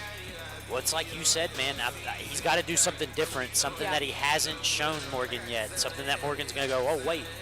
If this is his repertoire now, I got to switch things up. He hurt him early. That's where he had the success. You got to think. I would tell him, come out of the gate in this round like a house on fire. Yeah. See if you can catch him. Get him up against the fence. Eliminate that range. But no matter what, you can't let a guy like Morgan with that kind of wrestling put you against the fence. And here we go. See, coming up short on that range, and it's because Morgan's got a huge advantage there. He's Yep. got to get inside. And Morgan's using his range well now. Fake a shot. Yep. Fake that double leg. Get inside with that. You got to do something different here. Oh, Oh, he that just knee, barely for the missed knee. that So knee, close. man. That would have closed Just the show. barely missed it. I wouldn't be Ooh, surprised nice if little we see check it again. with the knee there. And he dumps him with the single Oh, leg. that up kick was And he's close. going to stay Stay, on the yeah. feet. Hey, and just, something different. Here we go. he's going to just punish those legs, and now he's going to pass. No, he's Those- he's still Those chopping kicks them down. from Baber are hard from the ground. Nice. Those up kicks are dangerous as well. Oh, If I'm very. Morgan, I'm moving. I'm going to start, pass and guard. Yep. And now he's going to just hammer with those punches. Good work from Baber, getting a hold of that leg, Grabbing working that on leg. that Yeah, single. just Hanging keeping that on head to it. safe. Because it looked like Morgan was about to start raining down shots. Yep. But you see how hard it's going to be to finish this single on a guy like Morgan. Morgan, see, grabbing that The opposite ankle. side foot. That's stopping him from being able to get much drive. Nice. And now Morgan nice. ends up in nice. There's the mount, danger. and this is not This good. is, yeah. Here we go. Ground and pound. Oh, is he gonna? Now, Try let's the see net. if Morgan can be patient here. He's got 1:30 to work. mean- Flatten him out, and it looks like he's sinking it under the It's- chin he's right now. sneaking it in there. Looks. I'd like to see him Looks sprawl. like a neck crank He's got for that. now, That's good. but There it is. There it is. it's on the That's jaw. still All The he's chin gotta- is in. The chin is All in. he's got to do is squeeze, though. If But you yeah, squeeze that this hurts. right, it's That over hurts, with. yeah. But he's not quite developed Nope. that squeeze. Nope. You see, that's how He's Khabib still- stopped Conor McGregor. A lot of Yep. guys, we started getting used to it. Like, back in the day at the gym, you thought that was kind of a dick move. Yeah. But people started finishing with that, and everybody realizes now it doesn't matter if the guy's tucking Yeah. his chin. Did you see that? Hamzat Chimaev Yeah, did over you see Robert the jaw, Whitaker. The jaw, man. Yep. Snapped his jaw in half doing that stuff. It will. Whew. But beautiful back of the work head, from back of the Morgan. head. He's, That was rough. he's in Gotta top pick him. turtle now. Baber hanging on for that leg for dear life, but it's not doing It's anything not, for it. it's It's almost not. trapping his own arm. I'm wondering if he's feeling it. If I'm in What do I Morgan's do? corner, I'm There telling it him, is. just rain down shots. Yep. Rain down Bring 'em. shots right now. Bring 'em. There it is. That's not a good spot to be in either. He's got to just sprawl, get a hold of his head, sprawl, get that leg away from him. And he smiles at me. And now start raining There down it shots. is. That's Yeah, it. And now he good. might close the show. Those- If Baber can't roll through here, he's in bad He's got trouble. 15 seconds. Beautiful work, taking the back again, flowing from that position to position. This is great grappling from Morgan. Not. Oh, beautiful job wow. with that Kimura. He But Morgan rolls right out of it. He tried to use it. Man, beautiful fight from these guys. That was crafty from Baber there at the end, though, that Kimura. I got to give it to him there. He had one of those moments where it made Morgan go, oh, crap, I'm going to go talk to the winner. Yeah. I'm very, very impressed by Chase Morgan. That was a beautiful debut performance. He has big, high hopes for his future in this sport. For that to be his MMA debut, I mean, that was about as high level as you want to see it. Yeah. He showed it all: striking, grappling, wrestling, kick. He threw some kicks. He threw a flying knee. We had a guy back last month in November. I believe his last name slips me. His name is Vernon. He fought Tyrone Kinchin. I'd like to see him fight Morgan. Both of these guys are 1-0. I think they're both pretty evenly matched. I think it'd be a great fight.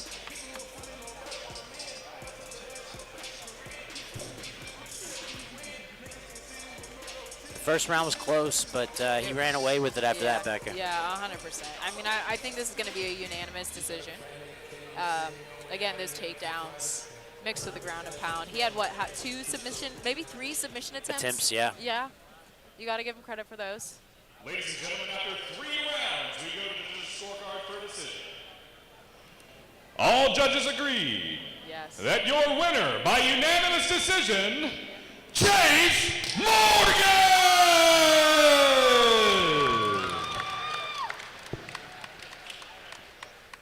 Ladies and gentlemen, give it up for Chase Morgan.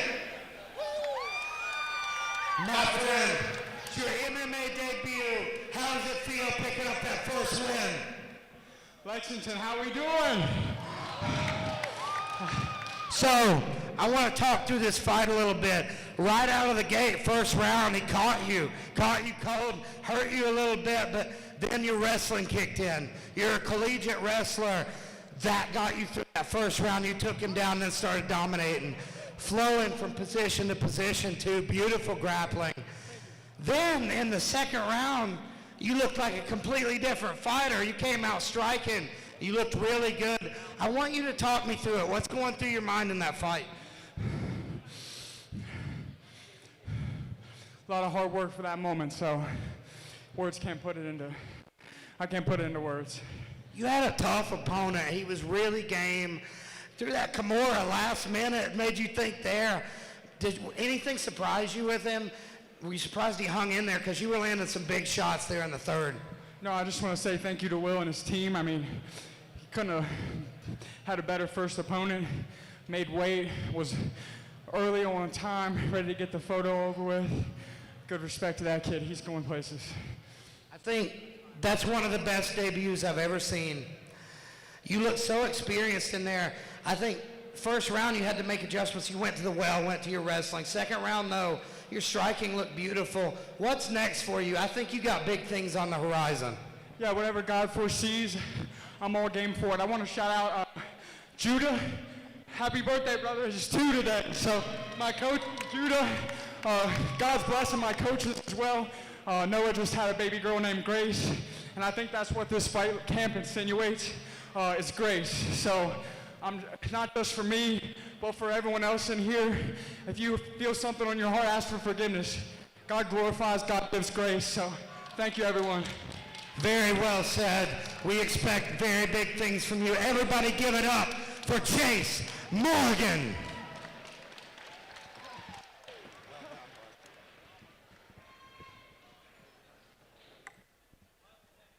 Great fights turned in throughout the evening so far.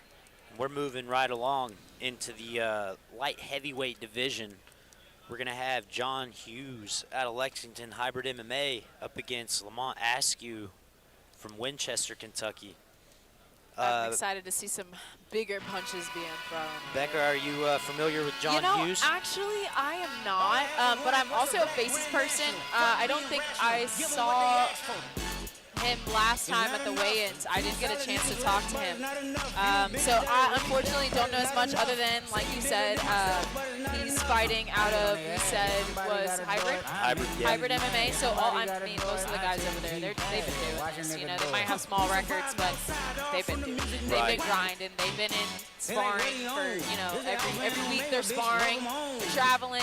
So it's going to be quality. And we see Lamont Askew getting ready to step into the cage. Lamont's a guy I've gotten to know. I got to interview him and talk to him. Military veteran. I don't know if you guys mentioned that. No. And he's a business owner. He owns several businesses. Realtor, manager at Lowe's. He's a guy who does a bunch of stuff, and it's that military discipline. You can tell, you know, we deal with a lot of guys who former military. They carry themselves a little differently. The way they handle life is different. It's that disciplined approach to everything. That's how he approaches training. He's a guy who takes everything really seriously, and he's 0-1. But we saw him here in Lexington at our past event. He made his debut here against Walker Keaton. Walker is a guy from Reaction MMA who's the real deal. And Lamont hurt his shoulder on the takedown early on in that fight. I think he was really disappointed he didn't get to showcase his skills at all. Wants to fight, you know, a little more time to get in there and I think pursue this new passion that he's found. And he's taking it so seriously. I really like the guy. I like his attitude. Oh, yeah. He definitely drew my eyes when he walked in the room for weigh-ins yesterday. Just clean cut, fresh, looked like he's supposed to be there. You know what I mean? He's handsome. Yeah, he's ready to go. Lamont Askew is a handsome man, and I'm not afraid to say it. That beard. And here we see John Hughes getting ready to step out. We've got that hybrid MMA crew. This guy's a tall drink of water, ladies and gentlemen. Wow, he is. Look at him. 6'5". This is going to be interesting for a style matchup. Yeah, for sure. Yeah. And the hybrid guys, they deep. keep the cards close to the vest too. Like when you're trying to find out about their fighters, their debut guys, they're like, we don't know anything about him. I like that. They're really tight-knit group. They're like, you'll see. It's that kind of attitude when you see a new hybrid guy come out. You're like, you'll see what he's gotten. Always they deliver. I've never seen anybody from hybrid MMA come out unprepared. Right. And I think that says a lot for the coach, what he expects, what he demands, and that is very important. It carries over to your team. I think every gym reflects its leadership. It's like a military unit. Yeah. They say that a lot, like the commanding officer is what the guys are going to be like. I've seen that with MMA and boxing gyms so much. Like, you know, back in the day when I used to train at Four Seasons, things have changed there. A lot of them, I've been there in years, but like everybody kind of reminds you of Mike O'Donnell, who's like, you know, that guy's a legend around here in Lexington. And then Brian Jones, Valhalla, there in Frankfurt. Yeah. Everybody kind of had that attitude. But you'll see that everywhere. And with hybrid, you see that with Sean. Sean is such a professional. He's so good at getting these guys ready. And it's for that mindset, too, that competition-style mindset. They're constantly competing in kickboxing as well. These guys, they've got several world champions at that gym in kickboxing. Really? Sean himself is I think 7 or 8 time world champion. I want to say I heard that about Sean. And John Hughes, perfect body style for a striker. I'm going to assume, being out of hybrid, he's going to specialize in some kickboxing, you know, very traditional, nice, solid strikes, kicks up the middle. But we'll see. Fighting out of the blue corner, a mixed martial artist making his second appearance in the octagon. Standing at 5 feet 10 inches tall, weighing in at 203 pounds. Fighting out of Downtown Fitness Club in Mount Sterling, Kentucky, Lamont Askew!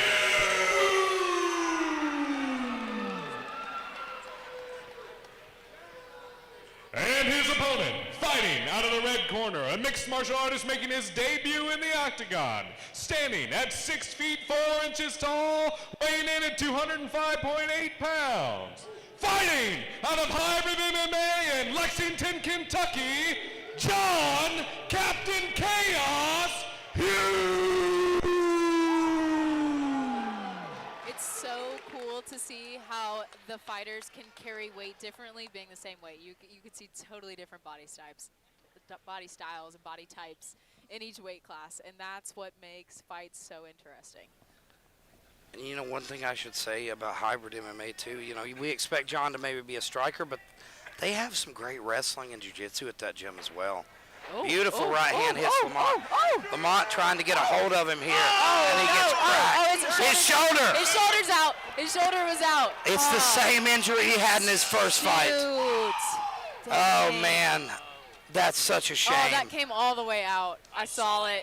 I saw it. And he's in excruciating pain here. Gosh. Lamont askew. I'm sorry. It kind of looked like it was broken, guys. Oh, it's broken. Are we looking at a broken arm here? His shoulder is completely out up top. It's completely out. Yeah. He is in a lot of pain. And the doctor's here trying to take care of Lamont askew. Holy cow. This crowd is silent, ladies and gentlemen. We hate to see moments like this when you got an injury. That might be Lamont is a tough guy. Back to his feet. gnarly. You can see it still sticking out up top. And that's such a shame. Like I say, his fight with Walker Keaton, same thing.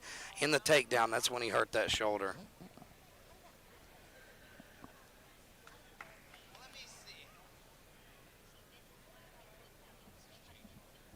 And you know he's upset. He doesn't even want the commissioners to touch him. Shoves the doctor away. This is going to be one of those things, man, where, you know, his shoulder may not be able to keep up with this career. Tough. You know, he's getting into the sport late in life. It's something he's so passionate about as well. I told you I love his attitude. You know, he's just torn up. Because, like, this is a huge opportunity. I mean, it's the first few minutes, you know. You work so hard for it. And like I say, that's what he wanted, was a longer fight. It's where he could actually, win or lose, showcase his skills. He didn't get a chance to do that. And you can tell that's what's got him. I think that's what's got him upset more than anything, is the fact that it's the same exact injury. Same thing. What was it? What were we, a minute in? Yeah, not even. Yeah, that's very disappointing. You know, and he's probably trained a good bit of time for this. Absolutely. So you hate to see it. Well, you start living and breathing the sport, and you have these dreams and visions. Yeah. And you see sometimes that's what's so hard about this sport. Sometimes that's how it goes. Yep. Yep. Man, that's tough. You hate to see it. You absolutely do, but like, this is the hurt business. It really is. It's not an easy game. It's like I tell everybody, you can't play fighting. No. You play other sports, you don't play fighting. And we see one of those moments there. You know, you don't see people get hurt a lot. And we're grateful for that. No, like fortunately. we try to match fights well so that you don't see that. But those rare moments when something like this happens, it makes you kind of sad. Because you don't want to see anybody walk out of there called a stoppage to this not the same as they came 11 in. seconds into the And I'll first tell you what, round. if you've been For your winner by TKO, John Hughes! And we will go over to Elijah for our in-ring interview here. Ladies and gentlemen, I want you to give it up for your winner, John Hughes. Now, strange ending to the fight. Bad shoulder injury there. Probably a disappointment to you because you wanted more of a chance to showcase what you got. I've been hearing big things about you, man. So tell us how you feeling. You got that first win, TKO victory. It's going to go down as how you feeling? I'm feeling pretty good. You know, I wish could have spent more time in the ring and showed off what I worked hard for, but here we are and got the win, so that's what I trained for. Listen to that voice. You have the deep soul. You need to do a country album or something. So are we going to see you again? Because I'm sure this was not enough. No, sir, that's not enough. We need more. So, ladies and gentlemen, we're going to see him back soon. Very dangerous man. A lot of hype around you, my friend. Give it up for Hybrid MMA's John Hughes.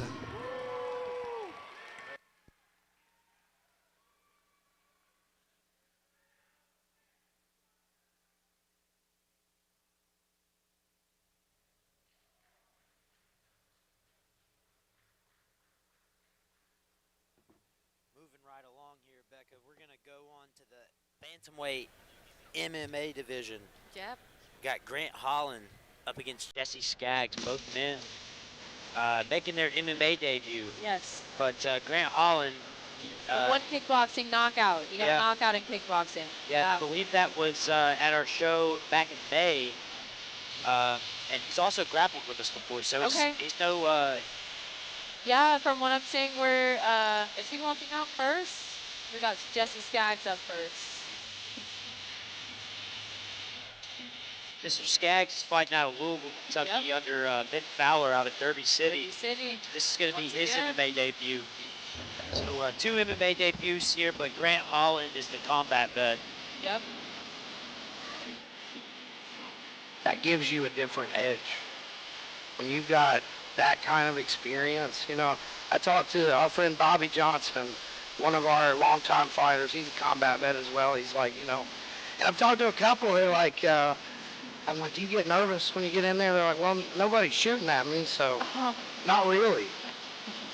Hey, it brings a new perspective.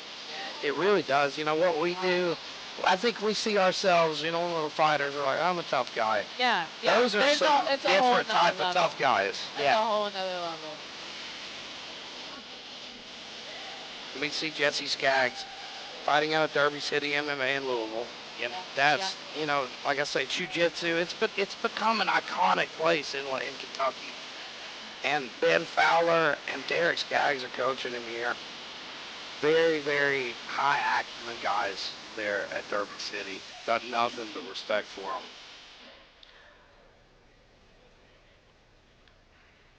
And now, a silence falls as we prepare to see Grant Holland step into the cage. Rage against the machine. Let's go. And he comes out like a house on fire. That didn't take 2 seconds to Our get cameraman wasn't even quick enough to catch him. He had to walk. He went back He had to walk thank God. back. He had to walk He had to back go back real and get quick. his team. He ran. He got a little too excited. He's like, yeah, I forgot my whole team. I better go some back. people are like, just get me in there so I can get it done. Well, can you imagine your first fight ever, especially when you prepared for so long? Yeah. You wanted this for so long. That's why you see a lot of guys come out and they spaz. Yeah. They're like, oh my God, That first 30 I'm doing seconds, it. like, holy. I'm in here. But I don't expect that from Grant Holland. He's a NLC grappling and kickboxing vet. So this is not his first rodeo. Guys, they do it right over there at Reaction MMA. I got to give all the love to Professor Rob Nickerson. He knows what he's doing in there, man. He's got some good coaching staff. Of course, they're jiu-jitsu focused, but they do mess around with the kickboxing and some stand-up alongside of what they got going on in the jiu-jitsu world. You've got a battle between probably the preeminent Lexington gym and the preeminent Louisville gym. It's really interesting. You've got that big basketball rivalry between UK, University of Louisville. Here we've got a little MMA rivalry for you between Lexington and Louisville.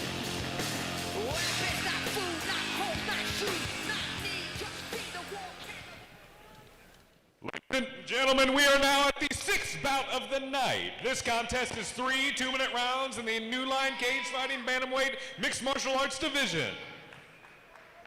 Fighting out of the blue corner, a mixed martial artist making his debut in the octagon, standing at 5 feet 6 inches tall, weighing in at 136.8 pounds.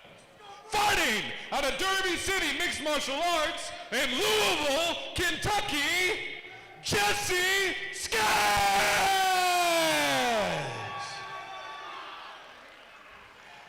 And his opponent, fighting out of the red corner, a mixed martial artist making his debut inside the octagon. He stands at 5 feet 11 inches tall and weighs in at 135 pounds.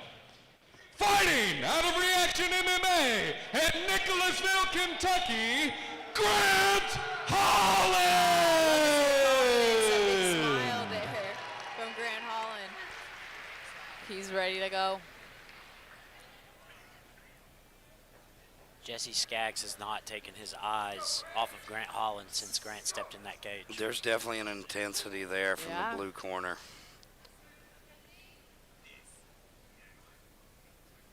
But you see, Grant Holland is ready to go. Absolutely. He has not stopped moving. No. I feel like it's going to come in hot. They touch gloves. And a good okay. Actually, jab overhand right starts it out. for Jesse Skaggs. I feel like they're starting off with a lot of respect for each other. I do like to see that. It kind of calms down the beginning flurry we mentioned earlier, and they can start, I think neither of these guys' records are going to reflect their skill. These are two guys that look experienced. Oh, nice Beautiful knee up the middle. That was nice. And there's a nice jab. You see the range. Look at his feet. Look at his feet. He's so shifty there. It's back and forth. He's Holland's going to be the guy who's Southpaw on it. orthodox. He's going to be the guy who's on his bike in this fight. He's going to be trying to stay on the outside. And Skaggs is looking to get inside and land some big punches. And that's exactly what you want to do when you're the taller fighter. That's exactly what you want to do. Make them come to you, have them run into your shots or your strikes here. And he's got him pressed against But the yeah, cage. He's he's got a looked deep underhook, and strong now on the cage. he's hunting for that single leg. He's going to start dropping down, but he didn't like it. So he goes back up. And let's see, see if he just decides to pepper him with shots here or if he's going to hunt for that takedown. Oh, nice little uppercut. Sneaky one. Short left hand, and that's nice. That's Josh Barnett style, Randy Couture style, dirty boxing. Yep. Yeah. The guy can't do damage to you here. You can do damage to them. They can't do anything to you. Yep. It's a very intelligent way to fight. They're dealing with having your weight on them. Yeah, grinding your forehead right into the chin. That's not comfortable. For those who've not done MMA training, this is the most exhausting aspect of it. This clinch work against the fence. Oh, we got a leg and beautiful a takedown. single leg. Nice. Runs the pipe on Secures it. Now he's on the back, but you see, I think Grant's hunting for that Kimura. And he's got the grip, but he lets it go. Now, beautiful work off his back. I wonder if we see some ground and pound. He's given him a lot to think about, and he's got his way back to guard now. He's breaking the posture. Really interested to see what Grant Holland's got here from guard, because he looks very active. He does. And Skaggs looks like he's trying to remain calm and not put himself in a bad spot. You can see it's got him guessing. You see a guy who's good off his back with his guard work here. He's hard to hit.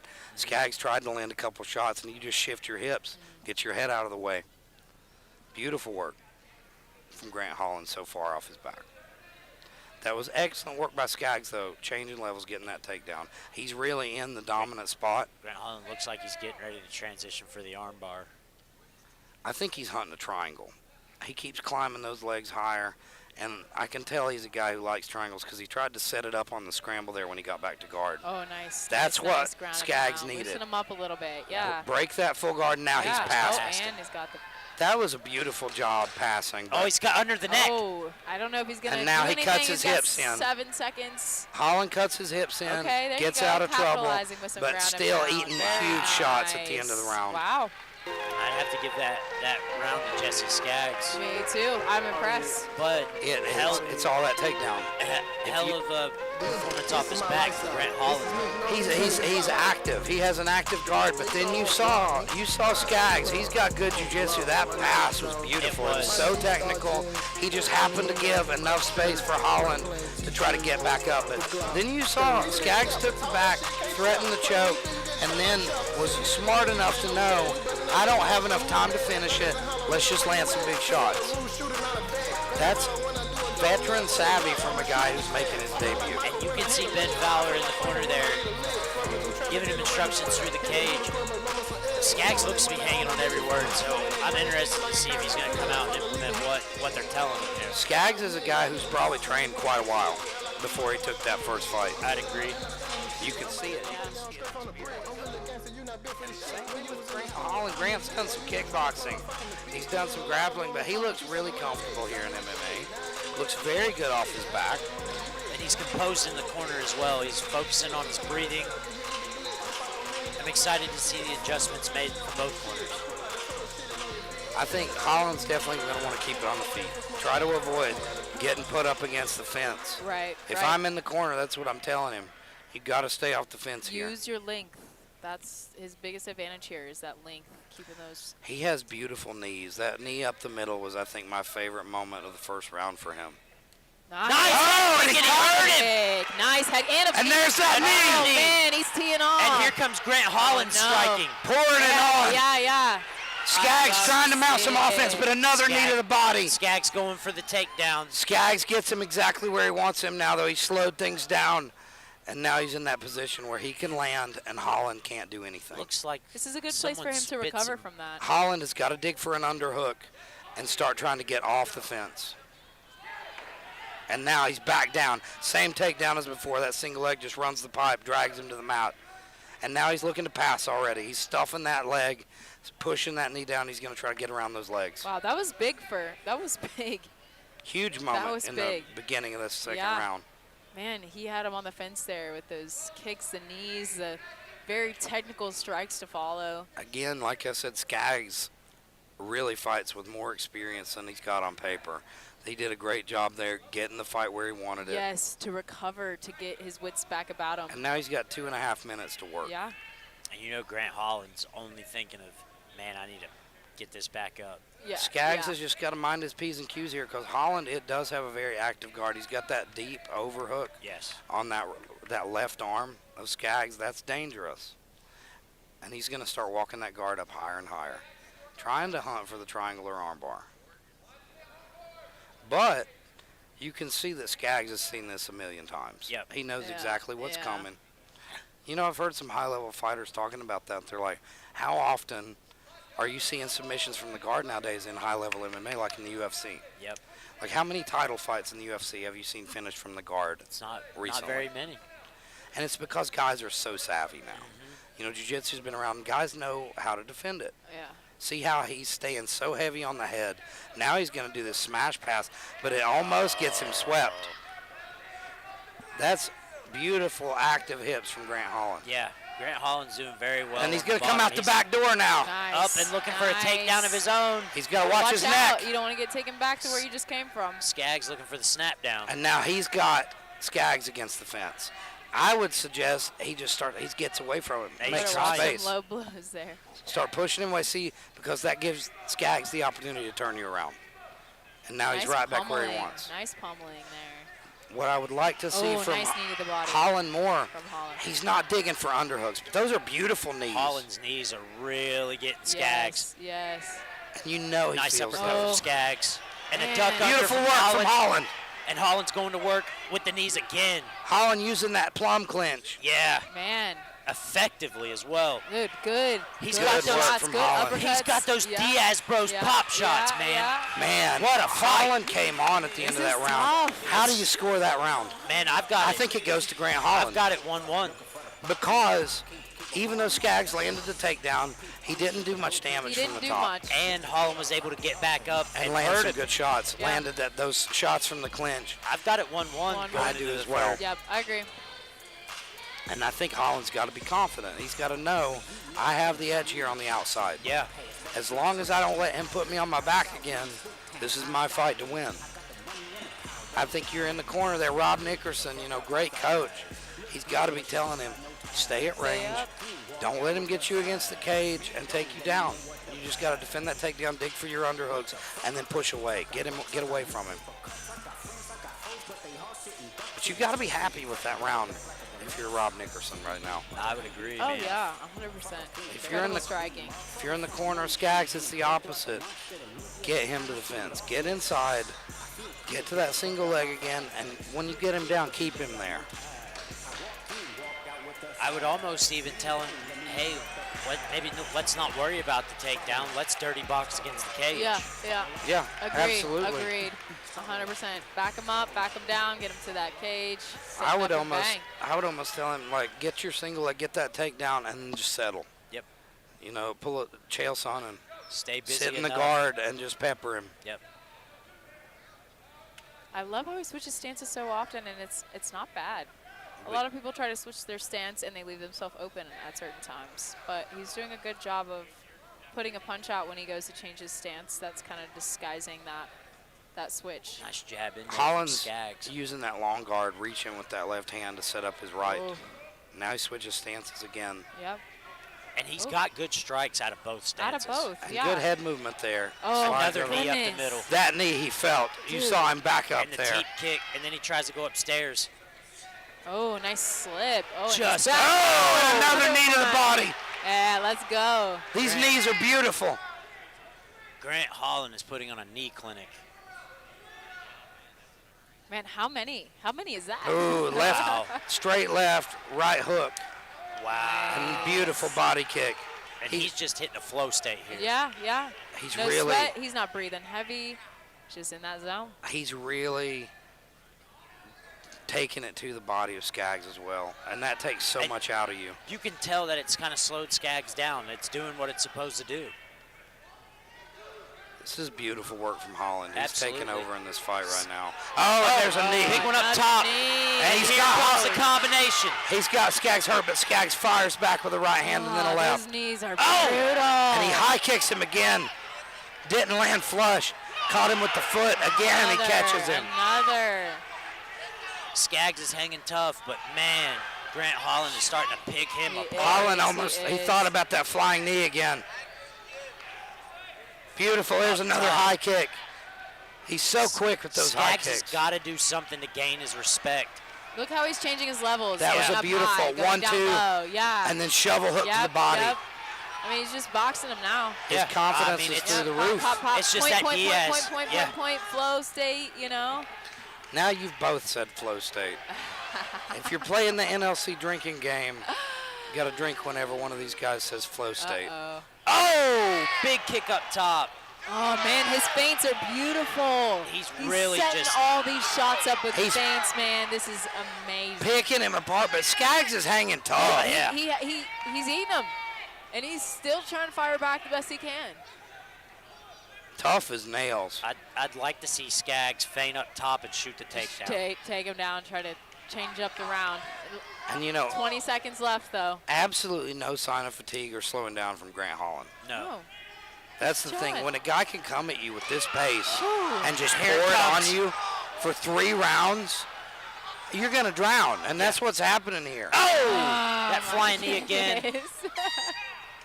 Beautiful fight. Grant Holland. Tell Grant Holland. That was beautiful. Drowns Ricky Skaggs, but Ricky Skaggs. I'm so sorry.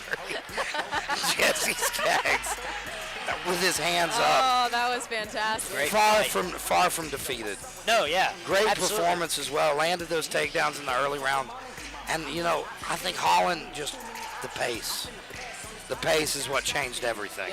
Yeah. Man, I'll tell you what, this guy's an up-and-comer for a MMA debut fight. What? Yeah, that's. Look at that confidence impressive. walking around that ring. That's what I like to see. Impressive debut. He And deserves it.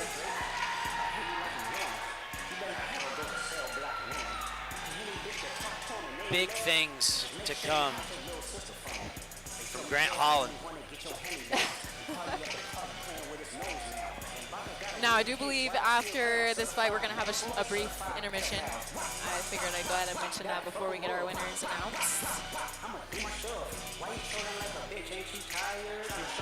Oh, he's doing a worm. Look at him go. What a celebration. They not like us. They not like us. They not like us. They not like us. They not like us. They not like us. You think that they gon' let you disrespect pop, nigga? I think that open show will be on that side, nigga. You cold foul. I don't know why you so petite. What is that? Do we have, just because I'm curious, do we have a tally sheet of like the teams who are competing today? How many fighters? Like, do we have a team with multiple? I mean, so far, maybe hybrid. I know they've had at least, what, 2 so Ladies far? and gentlemen, after 3 rounds, we go to the judges' scorecards for a decision. Judge 1 scores the contest, 29-28 red. Judge 2 scores the contest, 29-28 blue. What? And Judge 3 scores the contest, 29-28. For your winner by split decision, Grant Holland! Man, that made me nervous. I don't know about that split decision. Last week in West Virginia, I saw some horrendous scorecards. Ladies and That gentlemen, was give bad. it up I to was your getting, yeah, winner, dude. Grant Holland. My friend, we've seen you grapple here before. We've seen you kickbox. But how does it feel to make that MMA debut and get such a good win? This is the only sport I want to do for the rest of my life. I don't like grappling. I just like punching people in the face, so I want to continue to do that. You had a super tough opponent right out of the gate. He had great grappling, got you against the fence a couple times and got you down, but you have a super active guard. You know, I guess that jiu-jitsu preparation, that helped, but then you got back to the feet. Second and third round, you put on a master class of outside fighting. Talk me through it. Hey, that's what Reaction MMA does. We're the best of the best. We have the best coach in probably the world. I don't think there's anybody better out there than Rob Nickerson. So I want to thank him and all my teammates for helping me get prepared for this fight. So what's next for you? Christmas. And I'm going to go to B-Dubs and get 10 honey barbecue wings and then probably 10 more honey barbecue wings. So I just want to thank my family, my friends, my teammates, my girlfriend for supporting me.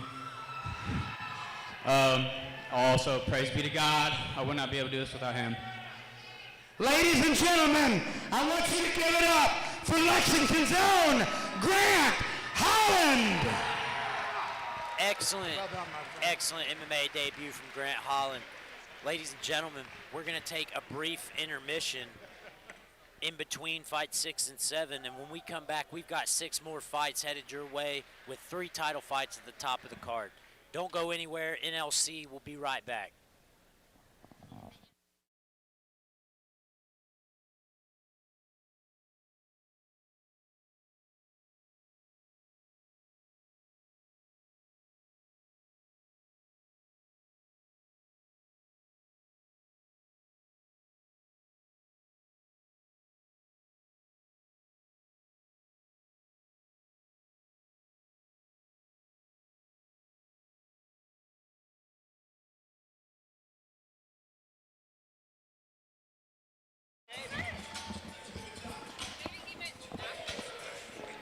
Ladies and gentlemen, after the shortest intermission we've ever had, we're back.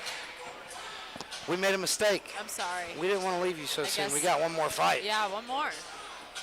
They pulled our leg. It's okay. We didn't go far. I hope you didn't go to poop. If you went to poop, you're going to miss like the first 2 rounds of this fight. I thought about it, but you know.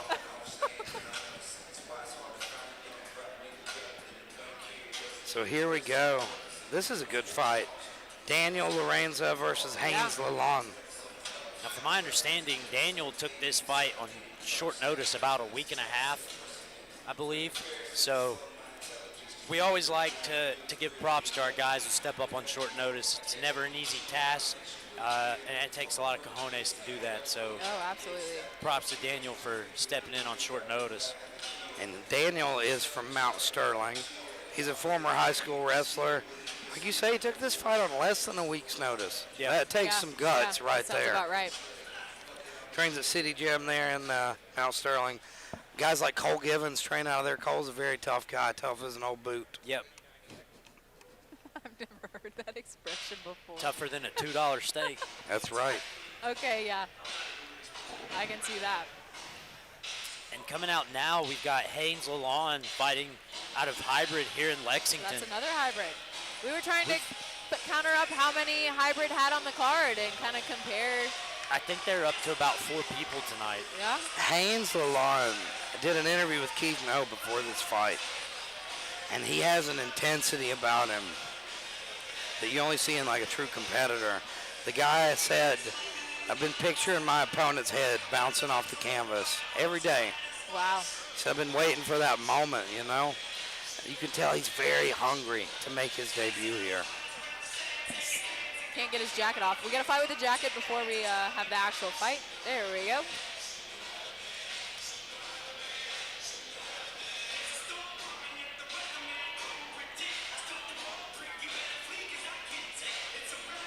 I just hope for old Haynes Lalonde that the Eminem curse doesn't follow him into the cage. It definitely, it's an interesting thing, you know, in MMA, it's a big thing that till I collapse. Come out to that, you know, a lot of times you're losing, but this is a different song. So he might have better luck. Let's hope. Let's hope. You see Sean Stefanik in the corner there. Always calculated, always locked in. Now, Mr. Stefanik, the reason he came out of retirement and decided to compete in MMA is that he wanted to fight with Jake Paul. He's been calling for that fight for quite a while now. He's been saying, Jake Paul, I want the smoke. What? Are we being for real here? Yeah, I interviewed him. He said said, you know, I'm going to do this one fight, and I'm gunning for a fight with Jake Paul. He's like, that's, I want a big fight. He fits the mold. I mean, Jake Paul's fighting older citizens and now. necessarily not always boxers either. So, yeah. you know, who knows?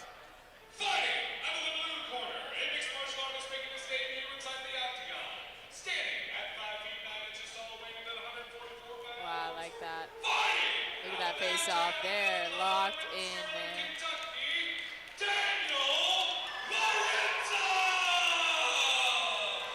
Look at that intensity. Dude, they will from not take the eyes off of Lalonde. Or Haynes Lalonde.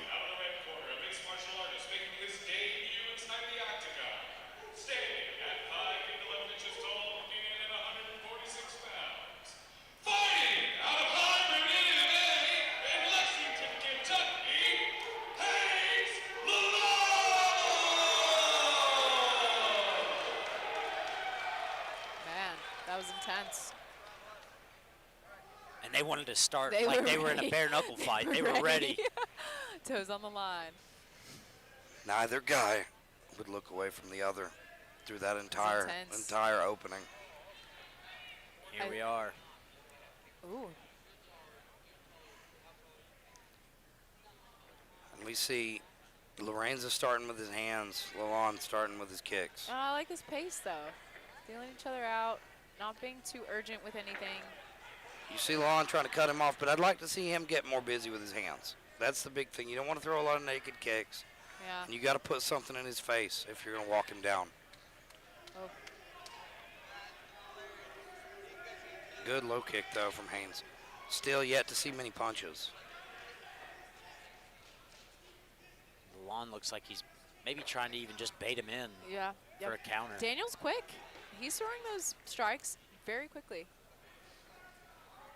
Daniel setting up his own kicks now. Oh. Now we're in a grappling Let's see exchange. what happens here. Oh, nice knee. You know, Daniel's got that high school wrestling background. We don't know much about Lalonde's grappling. Beautiful Nice knee up the Beautiful middle from knees. Haynes. And here's a he's- takedown he's- attempt.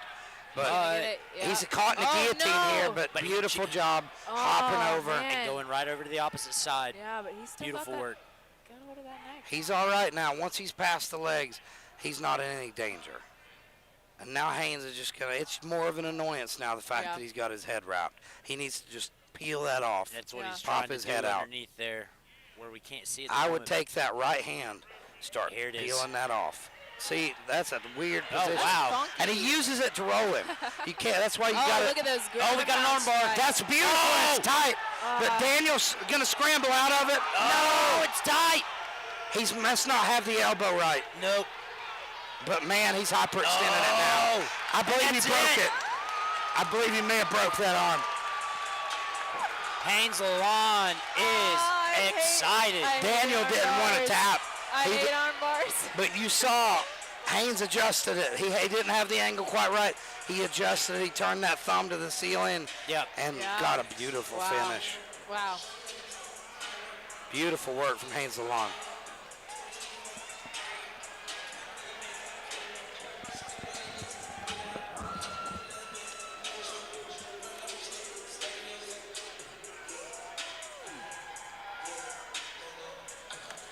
Wow. That was a I mean, that was great. That was great beautiful work. pace He from didn't have to do a whole lot. Once No. he got it to the ground, you know, he just cemented his position and got that arm bar, man. That was pretty quick. and props to Daniel for not wanting to tap, but man, he was hyperextending that thing. Ladies and gentlemen, the referee has called a stop to the competition. For your winner, by submission via armbar, Haynes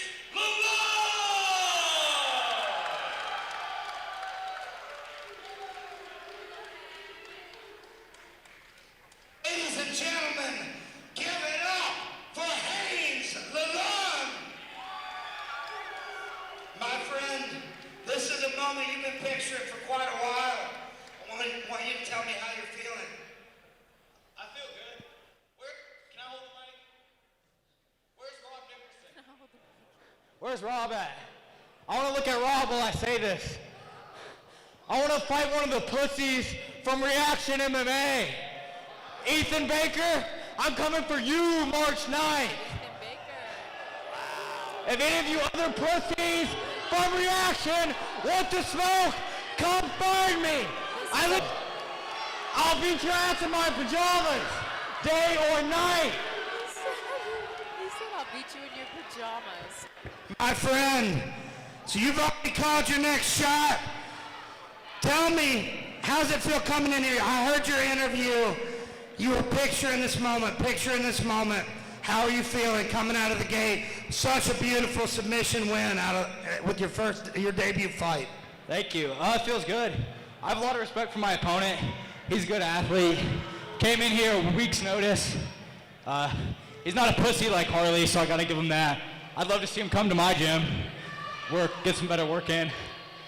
Now there's clearly bad blood between you and Reaction MMA. Why is that? Me and Keith are gonna get into that on a podcast after this fight. So I'm gonna have to hold that answer off for Keith. Ladies and gentlemen, a very confident new fighter coming off a beautiful win. I want you to give it up for the controversial Haynes Alon.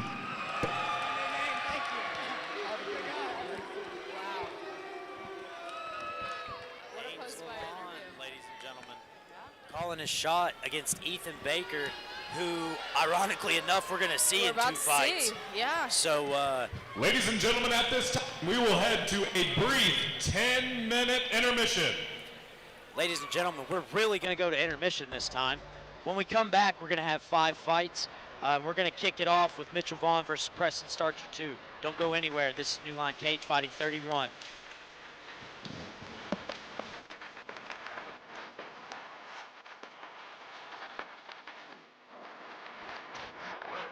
Stuck in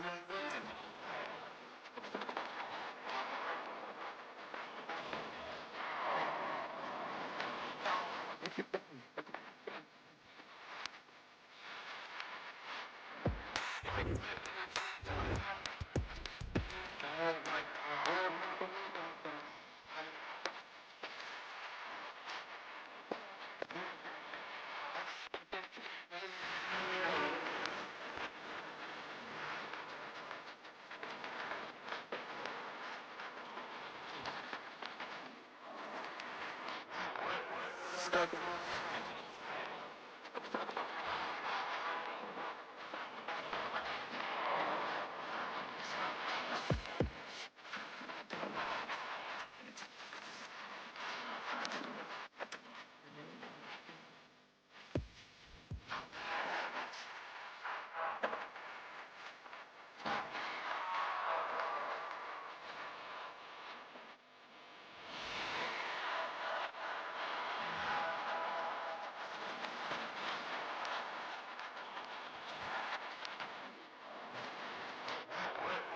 stuck in the fuck on my way.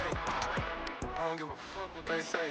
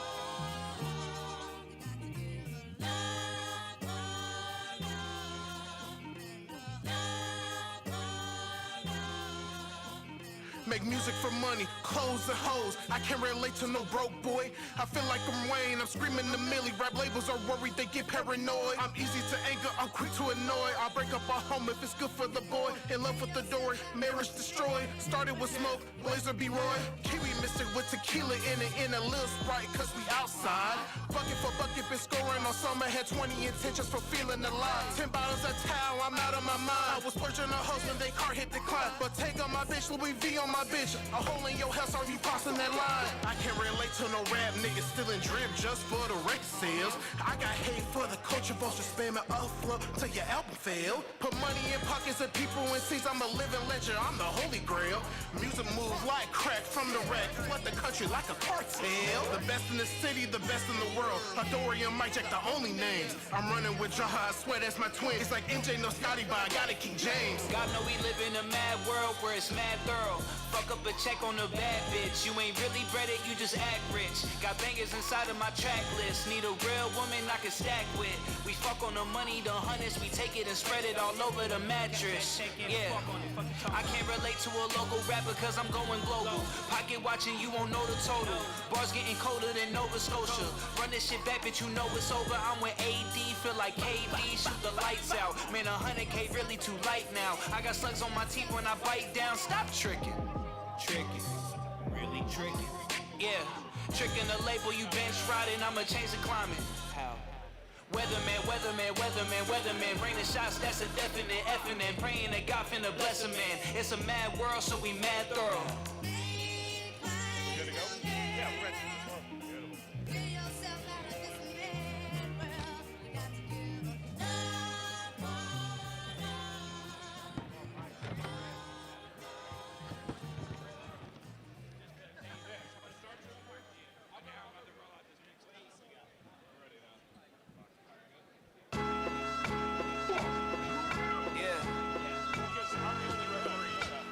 Hennessy and vinyl love, bubble bath and spinal rubs. Yeah, listen, you on my mind, baby, all the time, baby. I got thoughts of seeing you, having my babies. Is this feeling safe for you, or am I crazy? I'm falling for you hard and can't nobody save me. Bumpin' D'Angelo, yeah, there goes my lady. Been in my dreams lately, you what I need lately. Lungs filled with your essence, you what I breathe lately. Moments filled with your presence, what I've received lately, yeah. High notes from the room, we doing grown things. You get close to my ears, so you come on things. For you, I blow out the sun, Nina Simone things. You an artist like me, so we can both sing. Aaliyah's notes ring, God rock the boat plan. You never hear the opinions of what the hoes saying. I never listen to the shit I know my bro saying, cause we too grown for the gossip. You so bad that it's awkward, you know. You so bad, need a sponsor. You got cake, Betty Crocker, you know. I got your back and I'm honest. I won't go back on my promise, you know. The love we got is so timeless. Can't go back and rewind it, you know. This that Hennessy and vinyl love. Bubble bath and spinal rubs.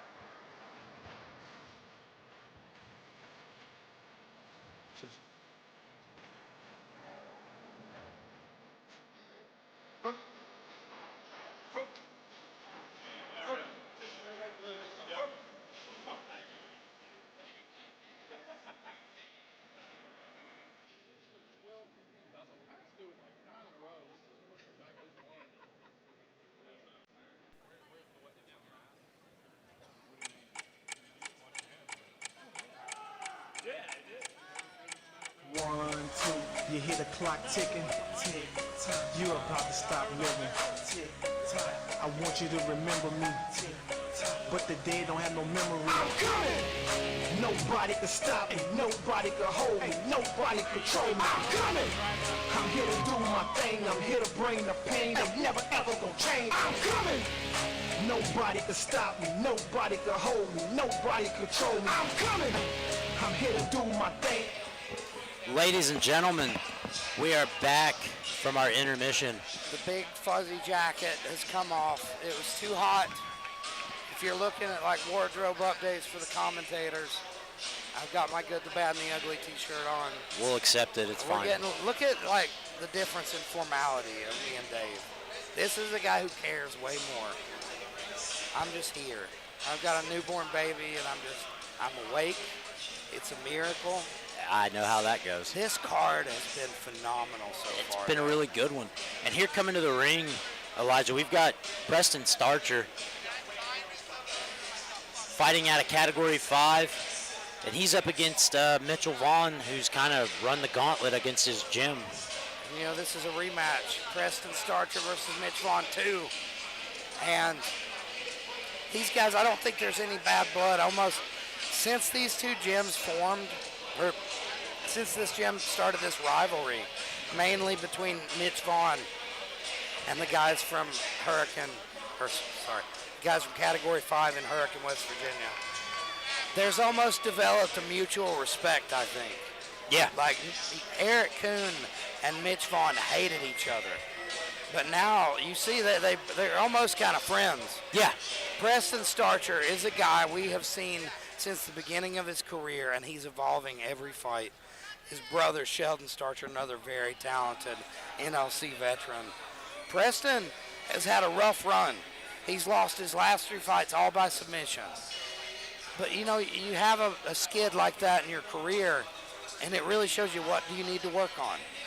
So I say Preston, especially with Category 5, has been dedicating himself to jiu-jitsu, getting those holes worked out of his game, because Preston's a great fighter. I just think it's all got to come together a little bit for him. Yeah.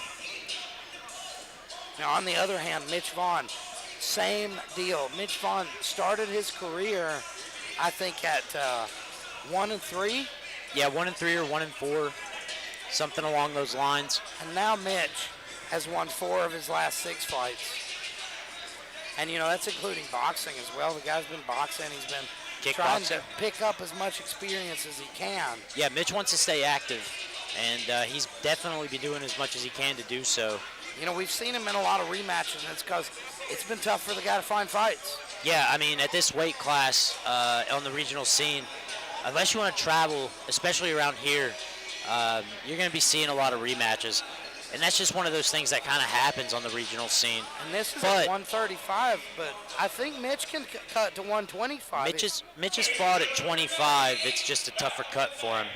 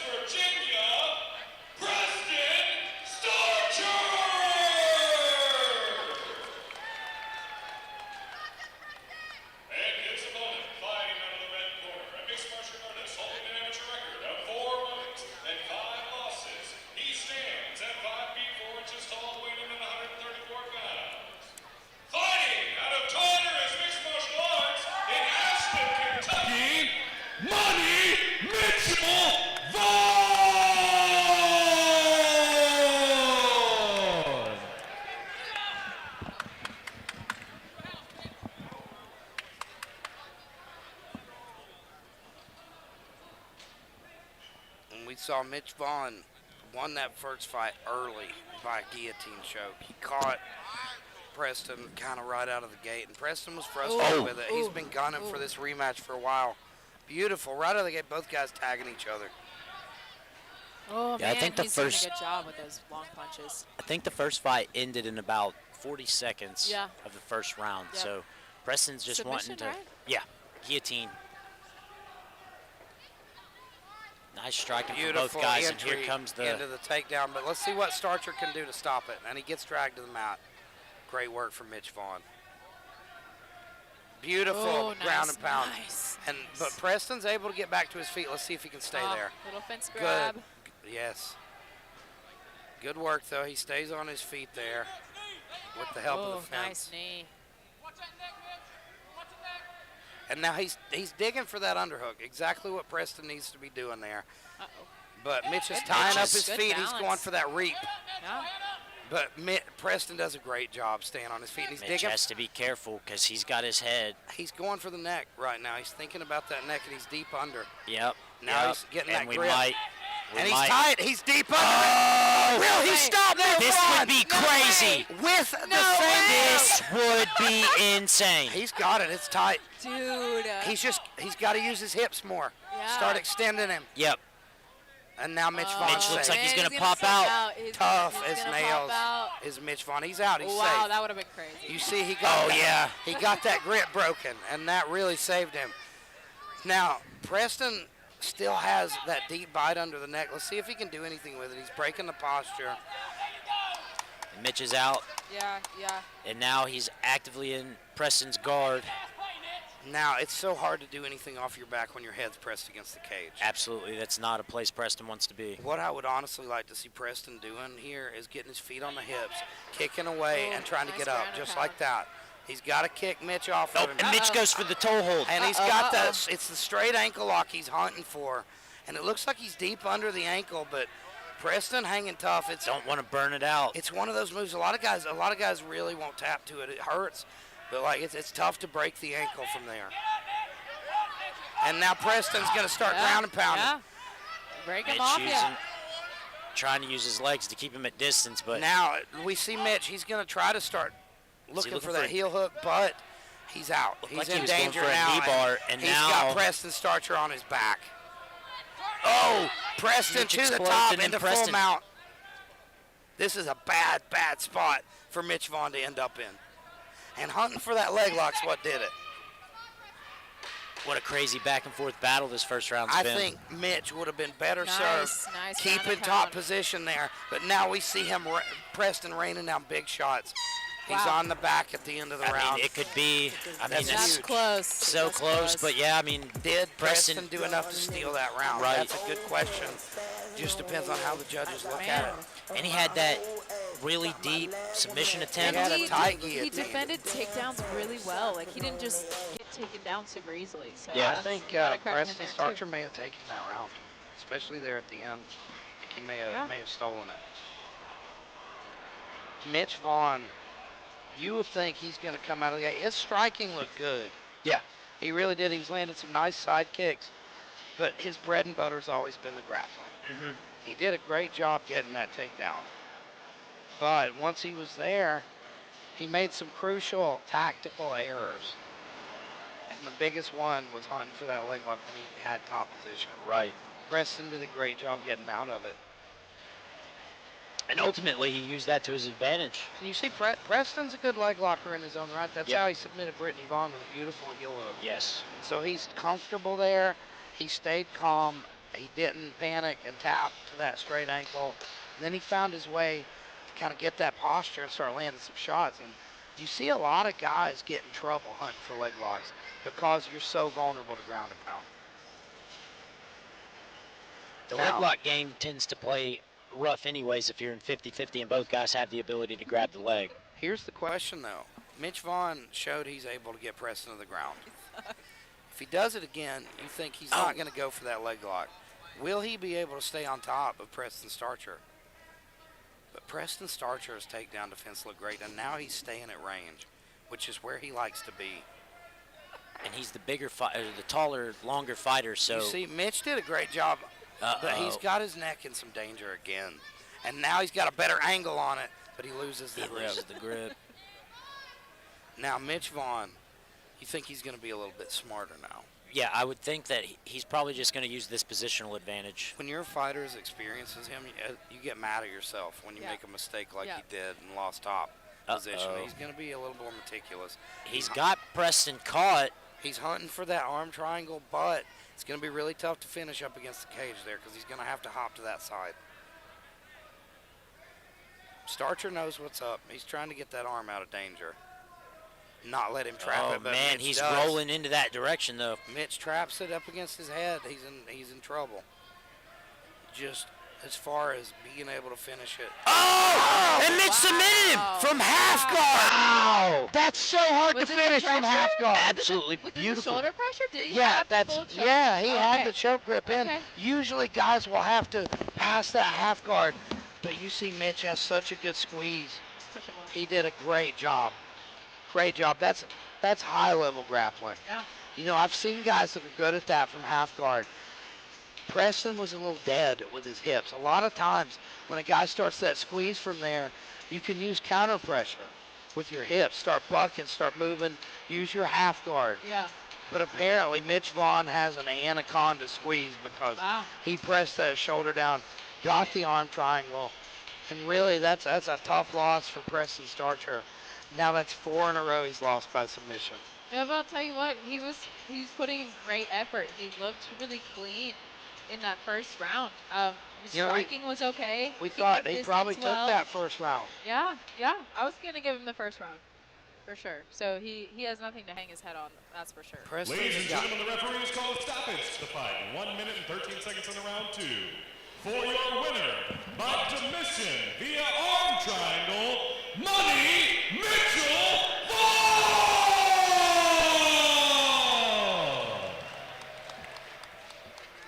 Ladies and gentlemen, I'm here with your winner, Mitchell Vaughn. Mitch, Preston had you in some trouble there in the first round with a deep guillotine. Give me your thoughts while you were in there and what you were thinking about doing to get out of it. Yeah, man, that first round, he was tagging me some good shots. And his freaking defensive wrestling has gotten 10 times better, man. It was hard to get him down. He had a good guillotine attempt, but I was trying to get out of him so much, just from getting caught in the pass and everything. Yeah. Mitch, we've seen you fight a who's who of Category 5 members. Preston wanted to try to get the win back from last time when we were here in Lexington. What's next for you, buddy? Are we going to put that to rest? Where's Keith at, man? Hey, Keith, I want my title shot, baby. Let's go. Mitchell Vaughn calling for strap season, ladies and gentlemen. Give it up for Money Mitchell Vaughn.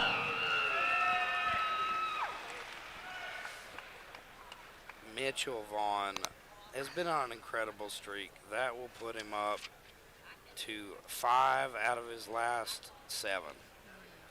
And he started his career off at 1-3. We talked about that earlier. This is a guy who is learning as he goes, and he keeps getting more and more dominant.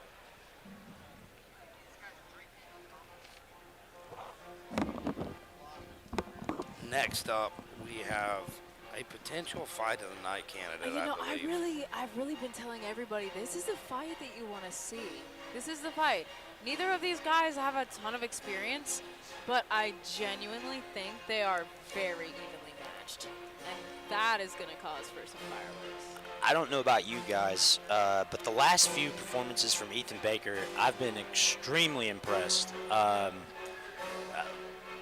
The Roman Belcher fight, that says enough in and of itself. He's the only guy to go the distance, and he even dropped Roman in the fight that they had, which speaks volumes because we all know the striker that Roman Belcher is. So I'm looking for big things out of Ethan Baker. And we had a big moment earlier in the night. Our fighter, Haynes Alon, after his big win here by armbar, he got on the mic and he walked over to Ethan Baker and his team at Reaction MMA. And he said he had some choice words for him, and he called out Ethan Baker in a heated manner. It was not a respectful call out. No, but, you know, adrenaline going.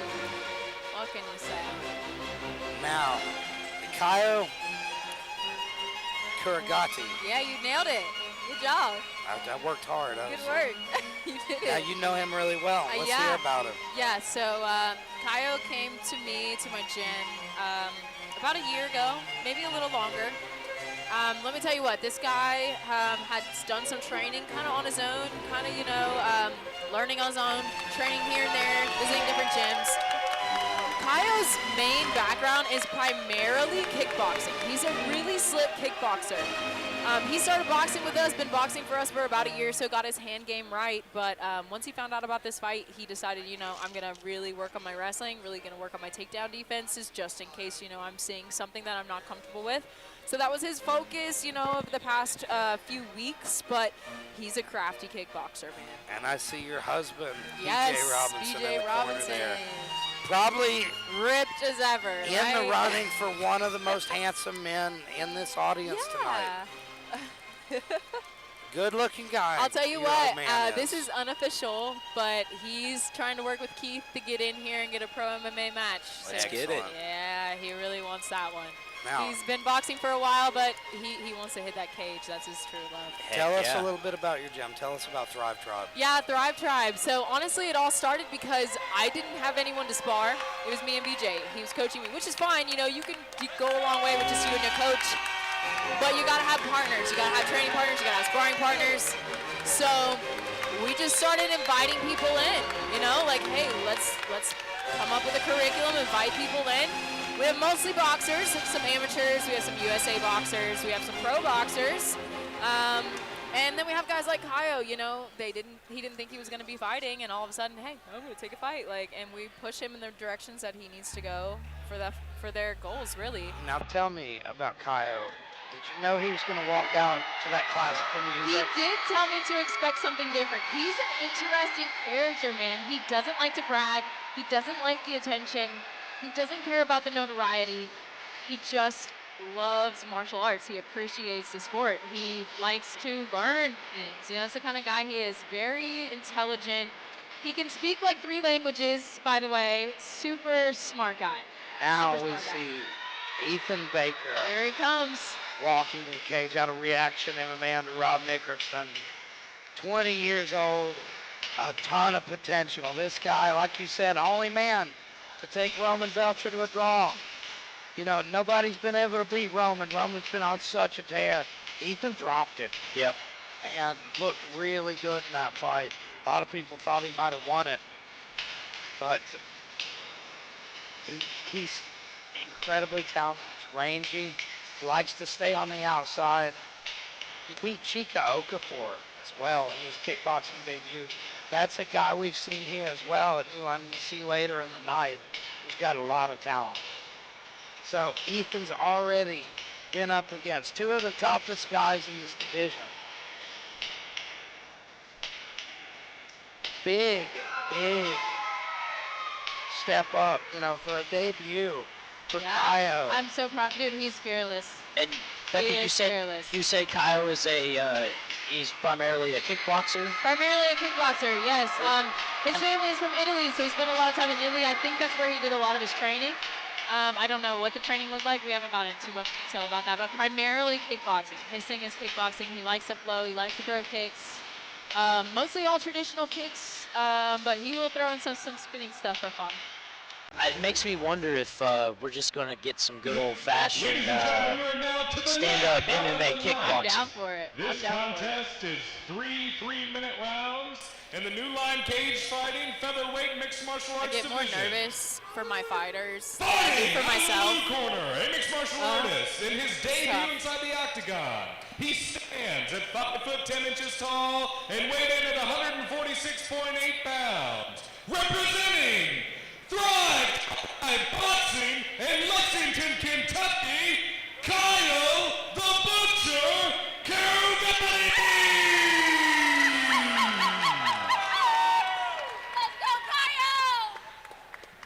And his opponent, fighting out of the red corner, a mixed martial artist making his debut inside the octagon.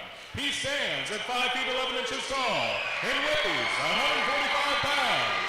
Representing Reaction MMA and Lexington, Kentucky, Ethan Baker! Massive pop from the crowd for Ethan Baker. Ethan Baker is a guy we've all got our eyes on. He could do huge things in this sport. And I think, seeing him in MMA for the first time is super exciting. His kickboxing career has been stellar. And I think we're going to see more of a Thai style from him, versus that traditional martial arts of Kaio.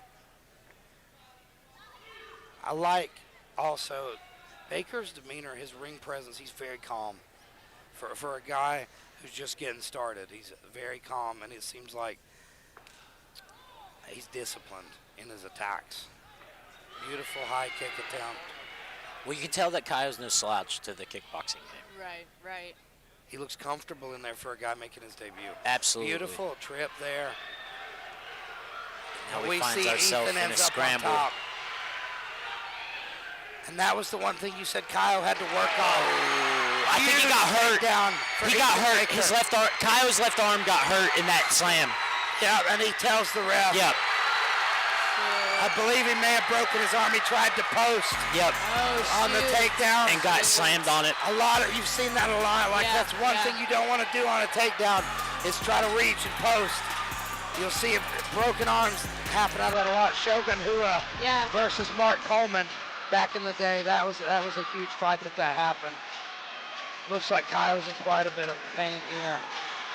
Doctor's working on him now. Unfortunate way to start your MMA career. Yeah, that's a shame. Great win by Ethan Baker. That slam, brutal. Yeah, it was. I hate to see it, but that's okay. You know, Kyle's tough. He's gonna come back, and sometimes, like I said, when you take a fight like this and your background is primarily, no wrestling, no grappling, little things like this, like catching yourself in a big takedown, you haven't had that experience. You just kind of react. That's exactly what it is. That's one of those gut reaction things that you do when you fall. You're like, hold on. Put your arms out. Yes. Man, See, and when you wrestle and you do judo, they do what's called break falling. Yes. You learn how to fall without hurting yourself. And that takes, in the moment, that takes a lot of experience. Absolutely. Time on the mat. Great win by Ethan Baker. And Dave Burnett's going to go talk to him.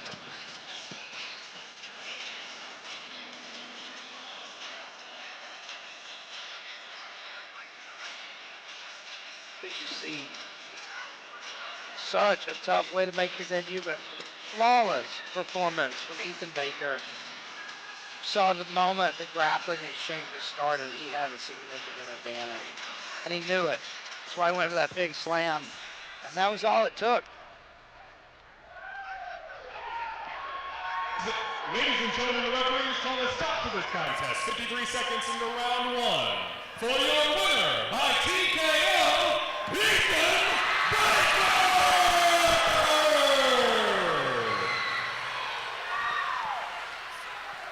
Ladies and gentlemen, I'm here with your winner, Ethan Baker. Ethan, you've had a hell of a kickboxing career, hell of a start to your MMA career. Give us a little bit of information about how this went down tonight. Well, everybody thinks I'm just a token striker, but I'll take you down and beat the shit out of you too. It makes no fucking difference to me. Ethan, let's talk a little bit about a call out you received tonight. I'm going to break an interviewer commandment here and give you the mic and allow you to respond to that. Really, I don't even know who that is, so I don't really need to respond to bums. If we live rent-free in their head, that's on them. I really don't got shit to say about that. I don't even know who the fuck that dude is.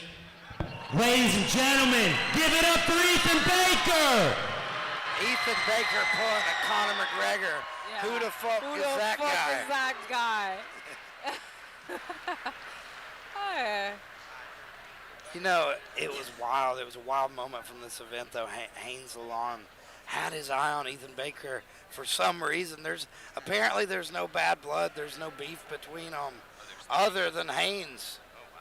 And Ethan Baker's like, I don't even know who that is. Dave Frenette rejoins us. I told him Ethan pulled a Conor McGregor. He did. That's all I could think of when he said it.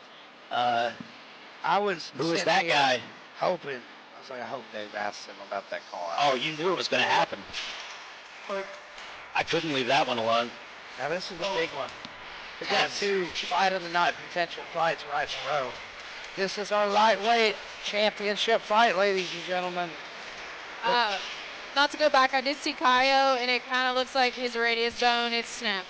Oh, wow. It's real swollen, it's bruised, it's already. That's exactly what happened in that Shogun Wheel Mark Coleman fight. You see it, you see it a lot. The guys posted on that takedown. I hope Kyle heals well. I'm sure we're going to see him again. Oh, yeah. It's just such a discouraging start to your career. I hope he comes back stronger for it. Yes, love you. Yeah. But yes, this fight right here, oh my goodness. These next three, really. Yeah, we're moving on to our title fights, guys. Yeah. We got Griffin Key against Eric Cole. Elijah, why don't you tell us a little bit about Griffin? This is a big one. Griffin's a guy we've seen a lot of. Griffin started his career here at NLC back at the Baileysville Brawl. He was in that boxing tournament. Going in with no boxing experience, just coming in as an athlete and a competitor. He looked great. He did well. Made it deep into that tournament. And then we see him getting better and better each fight. Now, even though he's self-taught, he's honestly, he hops from gym to gym, trains a lot with Devin Stanley, our former lightweight champion, who won the title right here against Brendan Kelly, who's sitting right behind us. And I think he's picked up a lot from Devin, that karate style. But Griffin is like a student of the game. He loves MMA. He's like you, Dave. He's always watching the UFC, playing the UFC video game. And, I heard Max Holloway say, I've learned stuff from playing the UFC game. Have He's you like, played it? Oh, yeah. Okay, Well, of course good, I good, have. good. I'm just making sure. I like the complexity. Yeah. I like the complexity. It's such a step up from, the old school Absolutely. boxing. But Griffin Key wins the title against John Norman as a huge underdog right here in Lexington. A lot of stuff's happened for Griffin here as of late. But now, coming to the cage is Eric Cole. Easy Eric Cole. A guy we haven't seen before, but you have, Dave. Buddy, Eric Cole is the real deal, just like his opponent, Griffin Key. Eric Cole's going to step into the cage tonight with a 4-1 MMA record, but all of his wins are finishes. He has a 100% finish rate. All of his wins are stoppages. And his last one was devastating head kick knockout, which left his opponent rendered unconscious for a few minutes. Eric Cole, man, he's just, he's the real deal, and this is going to be a true test of each one of these guys' abilities in here. This is two of the top lightweights in the region, and this is for all the marbles. Don't you love it when all the marbles are at stake? Buddy, I love when they're all lost. I've lost mine a long time ago. That's when it's the most fun, is when you lose them. All right, that's as cheesy as we're going to get. In like the most serious fight we've got tonight, maybe. Eric Cole looks like he's in incredible shape. He's a guy that I've had my eye on for a while because he's making a name for himself. I looked at his opponents, 11-2. Yeah. That's the record. He's taken out guys with 4-0 records, 3-0 records. But getting ready to come to the cage. Coming out to Fortunate Son, which is the song I came out to in my last fight, Griffin Key. Man, I really like Griffin. I enjoy interviewing him at the weigh-ins. He's a little hyper, not gonna lie, but I can see where he is channeling that in a good way into his game. Griffin has an intensity. Yeah. And he's been like that since his debut. He's a guy who I think he's been a competitor all his life. No matter what sport he's in, he's going to try to be the best he can be. Yeah. And now he's obsessed with MMA, refining his craft, picking up new tools. He reminds me a lot stylistically of Conor McGregor. Really does. He uses that front kick a lot, spinning back kick, and it sets up his hands. He beat John Norman by guillotine choke. Beautiful guillotine as well. But he put on a kickboxing clinic before that. I think that's what set it up. Because John, who's a guy we know is a great kickboxer himself, he made him desperate. He made him shoot for that takedown. He left his neck out. But here we are, Griffin Key defending his title. Guys, I'm excited for This is going to be a in the very place where he won it. Wow, they both Ladies and look gentlemen, we are completely now different than they did at weigh-ins yesterday. They have This rehydrated. contest is They're 5 probably up, rounds I don't know, for the 10 new pounds at Line least, 10, 15 Cagefighting pounds. They're lightweight looking mixed good. martial arts Championship! This is going to be fire. Fighting out of the blue corner, a mixed martial artist with an amateur record of 4 wins, 1 loss. He stands at 5 feet 9 inches tall and weighs 154.6 pounds. Representing Phil Clark's Martial Arts in Ashland, Kentucky, Easy Eric Cole!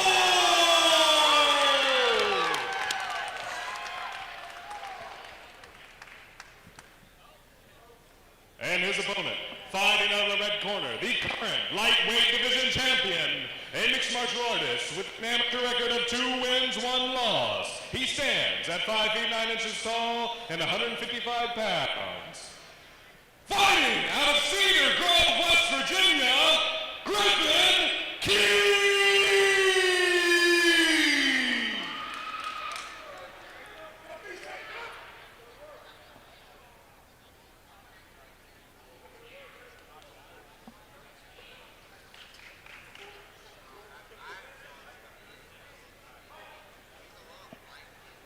And here we go, ladies and gentlemen. One of the most high-level regional fights you could have right now in the state of Kentucky. Both guys trading kicks out of the gate. Griffin Key, you see that karate I like style. the footwork, yeah. Oh, big shot. Wow, that was a massive punch. 2-punch combination lands Golly. flush, and it definitely made You saw the Eric shock Cole in his think. eyes a little bit. He opened those eyes up wide after this, too. Yeah, he kind of shrugged like, okay. Yep. Well, sometimes it's very important to make a statement like that in the very beginning. Get your opponent's respect. Oh, beautiful work to Oh. the body as Eric tries to crash in. A nice body kick by Eric Cole. But Griffin Key taking the center of the cage early, and he's landed some significant shots. There's that turning side love kick. that movement. And follows it up with the hand. See, Yeah. Conor McGregor tends to do that. He'll use his kicks to set up those big punches. Dude, very nice. Very nice striking. Eric remaining very calm, calculated. Looks like he's trying to study what Griffin's throwing at him. And there's that stomp to the knee, Yep. that oblique kick. That's another tool Conor McGregor uses. I love watching Griffin Key because he's so tight and technical lately. His kickboxing is a thing of beauty. It really is. And it's tricky. It's kind of a unique stance he's got. I love his patience in that stance, though. He's not pushing anything or rushing anything It's or almost forcing like anything. it's almost just- like a hybrid stance. He's not got that sideways, like full karate stance. It's a little bit of both. But he's got that. It's like a mix of the boxing stance and the karate stance, and I really like it. Guys have a ton of trouble dealing with him. There's a 1-2 that lands. But there There comes the entry. wrestling. And you see the takedown defense of Griffin Key, though. Turns him right around, gets that deep underhook. And that was a beautiful entry from Eric Cole. It really was. He timed it well. But you see Griffin shuts it down. That is an athlete. Yeah, right there. absolutely. Yeah, I would say physically they're both very well matched. Beautiful knee to the body by Griffin Key. And these ground strikes are, this ground and pound against the fence, I guess you could call it. It's good for him to stay looking active to the judges. They're going to see that he's not just kind of pressing them there, stalling. Now He's there's hanging what out. Eric Cole wants. He turns it Good around. reversal. Good He's reversal. going to try to change levels now. Absolutely. Drag Griffin to the mat because that's his bread and butter. Yeah, if he gets on top, you're going to look to see Eric Cole look to start opening up the ground and pound. You see that frame that Griffin's using on the face there? He's moved it now. But he was doing a great job framing off the face, and now he's going to throw that knee again. Just trying to push away, See, yep. He's going to try it to pull the head down. Yeah. Pull his pull his head into that knee. And that's a game-changing shot right there. But beautiful shot in tight from Eric Cole. Great first round for the champion. Cole's having a tough time figuring out Griffin. Agreed. Agreed. That just shows how good Griffin is. Look at the acumen that Eric Cole's had so far. A tough guy. I feel like you're a little surprised at how easy. I'm a little shocked, honestly, man. Like I said just a minute ago, it feels like they're a lot more evenly matched physically. Eric's kind of used to being able to be the stronger guy. Yeah, and being able to bully a little Griffin's bit. kind of bullying him. Yeah. So it's kind of in the clinch there. He turned him around effortlessly. a little reversed than what he's used to. And Eric looks frustrated. After that first round, you know, he's a competitor. He's a guy who wants to get that back. He's pretty decent at making changes mid-fight, so let's see what he's got to offer I up have here. a feeling we're going to see him looking fairly desperately for that takedown. He's going to be determined to drag Griffin to the mat here. I'd almost witness or say we're being witnessing a blast double. You know, sometimes it hurts a fighter. You said he was starting to get confident with his striking. He got a huge knockout in his last fight. But now he's up against a guy who might have him outmatched on the feet. Bringing pressure. Good. He's bringing pressure. That's what he needs to do in this one. That's when you tend to see a guy go back to the well. Yep. But he's coming out of the gate with looking good on the feet. Man, Griffin Key's just so good at his counters. It doesn't matter where he's at. He's countering, and they're effective, and they're very, very sharp. Now, what I've yet to see from Eric Cole, and this is what he opened up a little bit there, but his last fight, he did a lot of low kicks. His opponent wasn't expecting that high one, and it came out of nowhere. Great, they trade knees here, but Griffin's had more steam on it. Now, Griffin's got him pressed up against the cage, and I'm interested to see if he goes for a takedown here. Because he's doing so well on the feet. But, you know, Eric Cole with the reversal there. That's exactly what he needed. He uses that underhook to turn him. Now, somebody in the crowd calling for Eric to knee him. You see, right now, Eric Cole's winning the head battle. That's important. He's got to be, well, not now necessarily, but he needed to also be careful of that knee. There's the guillotine. Griffin That's exactly what he stopped John guillotine. Norman with. And he's got that great position for the arm in guillotine. Will he pull guard? That's the question. Because I don't think he should. I would not. If he was going to do it, he'd not now. I wouldn't risk giving up my top position. Not against Eric Cole. Good clean break. Exactly, against Good a clean wrestler break. so good. Because odds are you're not getting back up if you lose it. But Griffin's smart. You see he does that. He backs away. He doesn't hunt for it too much. Oh, nice big right overhand there. Sends that big overhand left. Beautiful low kick. And you see the redness on the thigh of Eric Cole. And there's that high kick from Eric Cole, making him think. And Nice slow one afterwards. Excellent work from Eric Cole. But he caught Griffin Key catches the cup with a low kick. We're going to take a moment here and let him recover.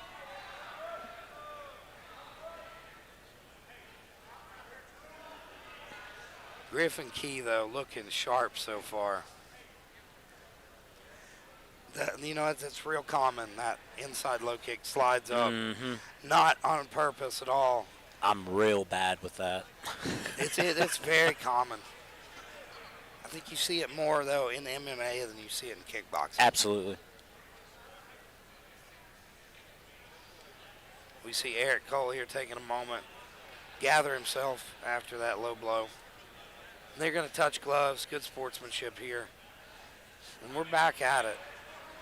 This has been a more competitive second round, I will say, for Eric Cole. But so far, Griffin Key looking very good, very good. Oh, that Nice was high kick. such a quick. He went low, then went high. That's textbook kickboxing. Oh, man, Nice so much power. left hand. And a wheel Oh, kick. man. Griffin throws some blood so on the much. face? He throws so much at you. You got so much to worry about. Nice. Nice blitz from Eric Cole there. Eric doing a great Nice job. knee up the Sneak in middle. the body. He felt that one. And I think that's what Griffin he's got to felt do. that. There's the takedown.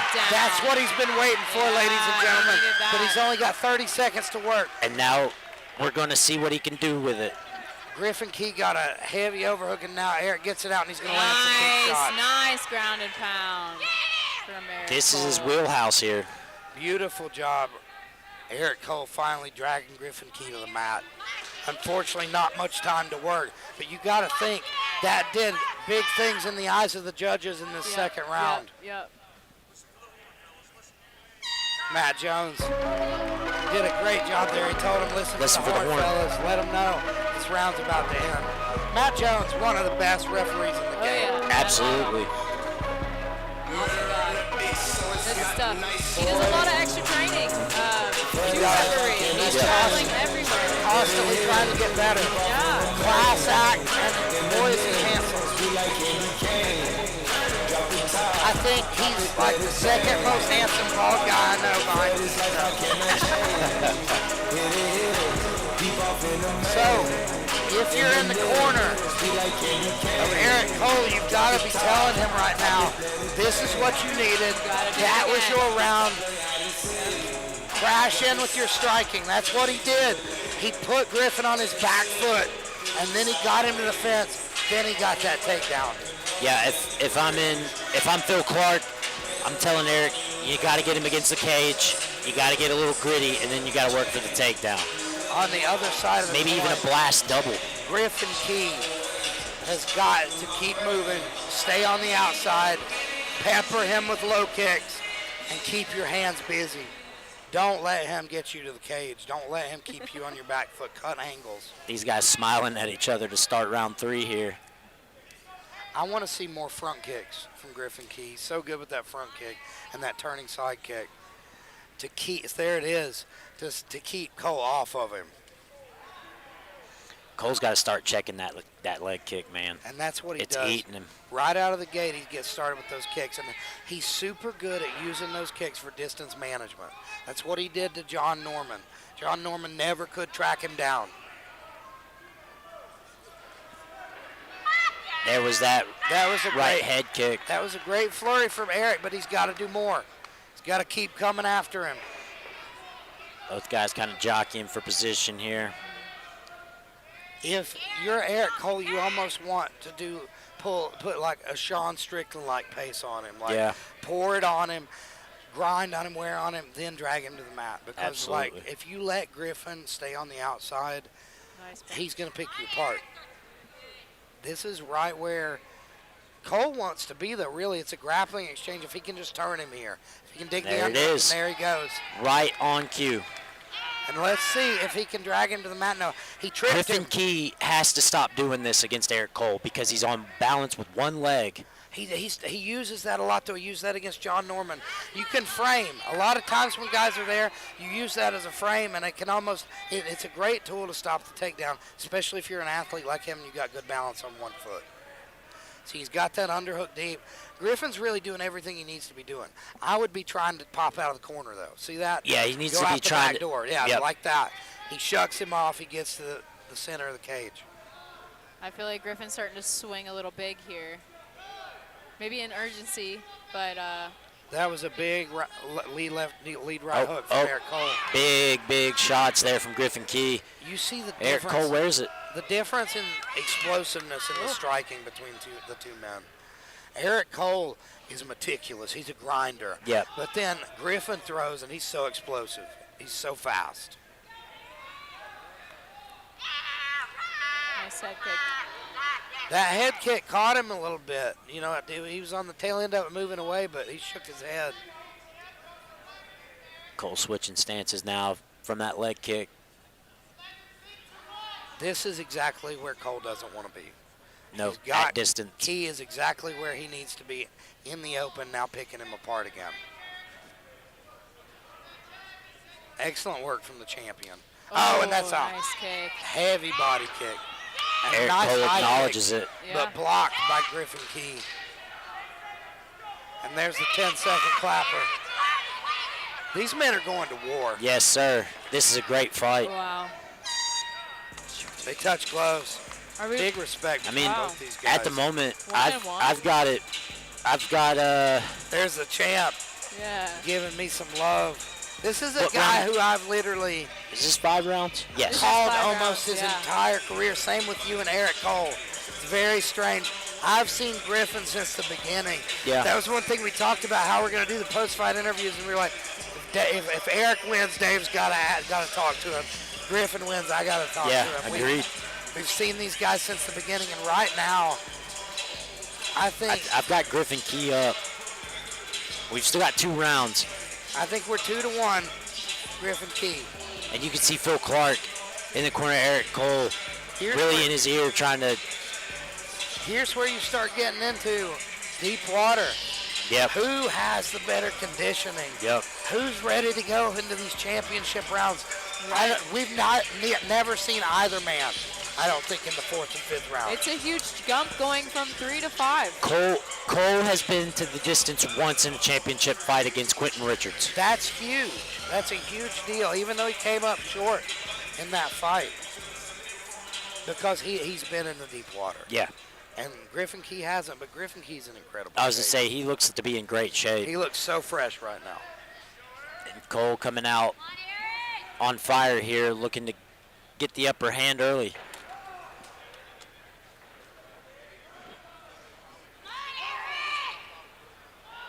I think it'd be in Griffin Key's best interest to get back to that state of mind he was at in the beginning of the fight, you know, not pushing anything, not reaching for anything, just being nice and sharp and technical and, you know, waiting for those punches to find their mark. As long as he stays at this range, it's his fight to win. As long as he's right here, then Eric's in trouble. Agreed. He's just getting a little overzealous, so he's missing these big punches and throwing a lot. Oh! That was excellent work by Eric Cole, but I think Griffin got away from it by the skin of his teeth. But you see, now he has Griffin on his back foot. Yep. That's exactly what he needs. He's just got to be careful not to walk into something. You see he's wearing some damage. There it is. Huge in this fourth round with And 2 he's minutes got to work. 2 minutes to go in the fourth. This is big. Let's see if he can settle into guard. Griffin And you needs to can get his feet on the hips and try to get up. You can see Eric Cole is already working on the ground and pound. This is his bread and butter here. This is where he wants to And be. this is that meticulous. I told you he's a grinder. And that's where a guy like this thrives in the deep water. He lands that takedown, and now he's going to be able to wear Griffin Key down. Yep, this is going to be where he can zap some energy, and hopefully the fifth round, the stand-up start will be even for both men. It's going to be very interesting. If he can maintain Griffin- this top position, win this round, Griffin we're probably Key's doing even going into the fifth. I'd agree. Yeah. Griffin Key's doing a good job of tying him up and keeping the damage at minimum, but He's got to be more at the desperate about getting top, up. Yep, he's got to move, or, I mean, he's already losing in the judges' eyes as it is. It's a pet peeve. This of mine. round. When guys, you know, they're using a good guard, but what's it doing for him? What are his feet doing for him right now? He needs to get his feet on the hips, start pushing, getting space so he can stand. Because right now that guard's not serving him well. He's not using his butterfly hook. And here comes Eric Cole pouring it on. Absolutely getting beat up right now in this fourth round. Griffin Key's got to make something happen to change that.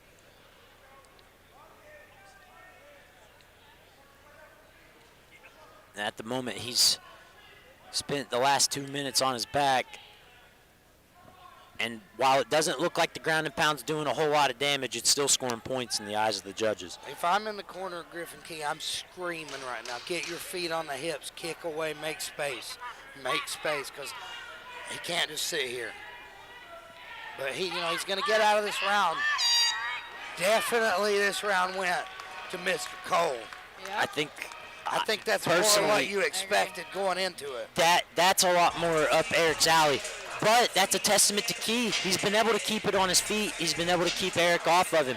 Now we're going to see a tired Griffin Key. Somebody that's had a little more zapped out of him. And it's taken Eric Cole time to figure him out. Exactly. Like he's figuring out, I got to stay in this guy's face, got to put him on his back foot, then I go for my takedown. And this just goes to show the caliber of fighter we're talking about here. This is as high-level amateur as you're going to get in the state right now. I think both these guys, too, are capable of adjusting mid-fight. So let's see what Griffin Key does to stop it.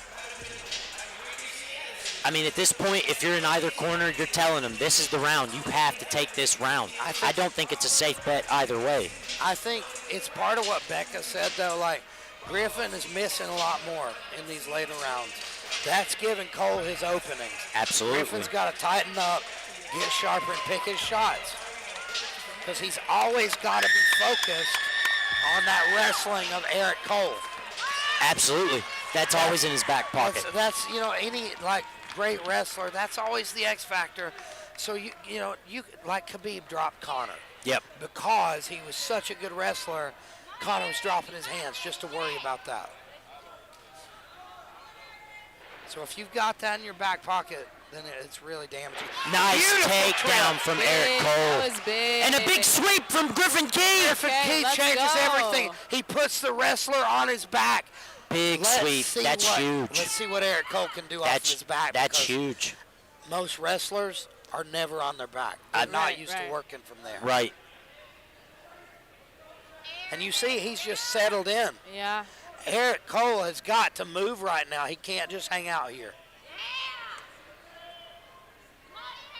I think they both should be doing a little bit. You know, here, Keys, Griffin if Key's not I'm- guaranteed to win so far. If I'm Like, he's Griffin got to Key, be working a little if more. I'm Griffin Key, though, I'm settling in.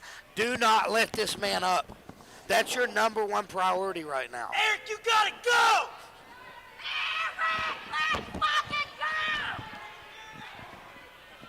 Griffin Key settled into a heavy side control, and Eric's not doing anything about it. He needs to be wall walking and trying to get out of there. All Griffin's got to do, though, Yes. he's not close enough to the wall to get too much leverage. So Griffin just pull him away.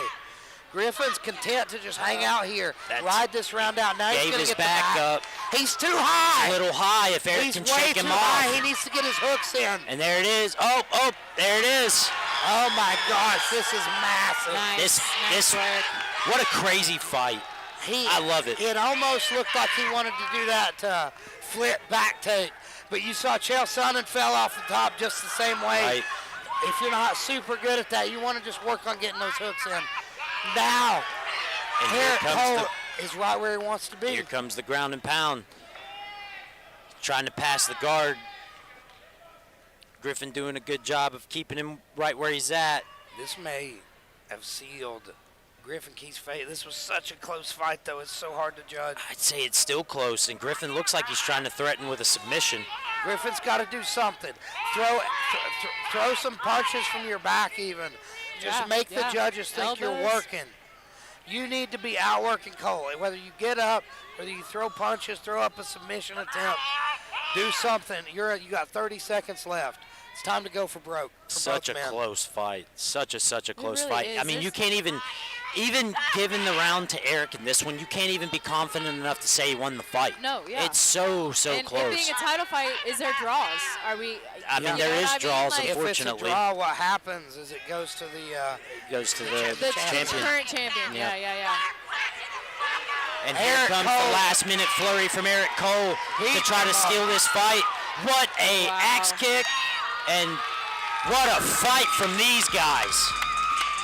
Absolutely beautiful fight turned in from these guys right here. They went to war. They Great delivered fight. on every level. Eric These Cole men throwing his mouth guard to his girlfriend. are the absolute top tier of this division in Kentucky. And we saw it here. Absolute war. I guess Dave and I are going to have to wait for the decision here to see who gets that post-fight interview. We better wait for the decision here, and then we'll run. Want to stand by the steps? We'll keep it rolling. So we see that both guys chatting it up too. Yeah, they are. Yeah, Great they are. sportsmanship. When you're in a war like that, How can you not? you can't help but respect the other guy. Yeah. This is one of those ones where both of these guys is going to come out and they're going to say, I faced the toughest opponent I could fight for a title at the amateur level Yeah. in my last fight. And that one of them's going to have those bragging Good rights. fight, Griffin. Great fight turned in from both of these guys. Competitor. There's going to be a winner and loser, but there's no losers in this fight. No. Both guys' stock goes up from here. I think so as well. You see the confidence of Eric Cole. He feels like he did enough to win this title fight. I think you might be right. I think in that fifth round he stole it. That reversal changed everything. Yeah. And maybe you were right, Becca. Maybe Griffin Key needed some more urgency.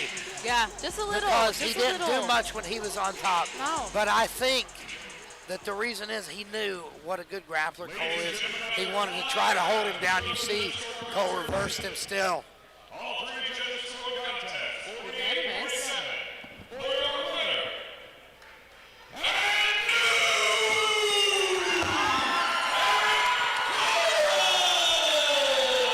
Eric Cole takes it in that fifth round, I think. Beautiful wrestling. The fourth and fifth were everything to him, the deep water. Yeah. He'd been there before. That's a huge deal. I'm here with your winner, Easy Eric Cole.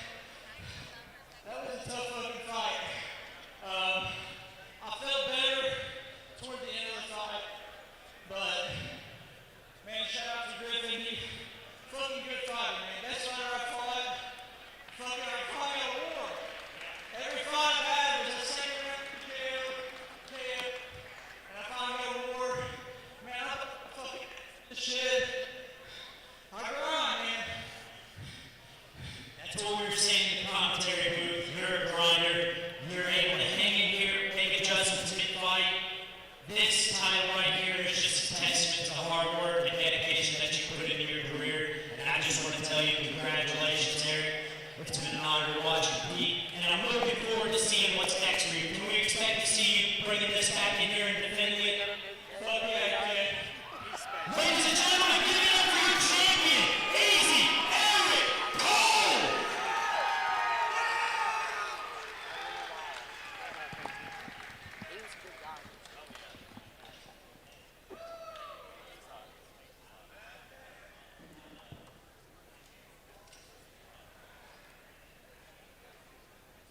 Excellent fight. Just, I think that's got to be fight of the night performance. Eric Cole seizes that new lightweight title, and that's a title that's been held by some really dangerous fighters. Denzel Chapman, Devin Stanley. Now Devin, one of his best friends, wins that title, Griffin Key. Good Lord, I'm crazy. Eric Cole wins that title. This is how long of a night it's been, Dave. I just said, I was going through the list of lightweight NLC champions. I'm like, Denzel Chapman, Devin Stanley, and now Devin's best friend Griffin Key wins the title. It happens, man. It happens to the best of us. Listen, when you commentate and watch a lot of fights, they're bound to run together. It's not like it just happened. Right. in front of me. Well, I mean, hey, man, it was so close. And I got a chance to talk to Phil Clark on the way out, and, I was telling him I've watched Eric compete, and it's been an honor. And he was telling me, listen, hats off to Griffin Key. He said that guy was a hell of a fighter. So, I mean, it's all class coming out of Phil Clark's for Griffin Key and for the fight. And I'm just glad we could witness such a great title fight, guys. I mean, that might be one of the best title fights I've commentated. Now, next up, we've got a massive pro fight. Huge. We have Skylar Mauler versus Jonathan Kuhneman. And we've seen both these men before. Tell us a little bit about Skylar Mauler, Dave. Skylar Mauler is a guy that started off his amateur career not in very good graces. He was 2-7. He eventually moved on to become a pro, which a lot of guys told him, man, it's way too early. Your amateur record doesn't reflect your level. And he ignored those people. He fought a who's who of NLC veterans, like guys that we see all the time.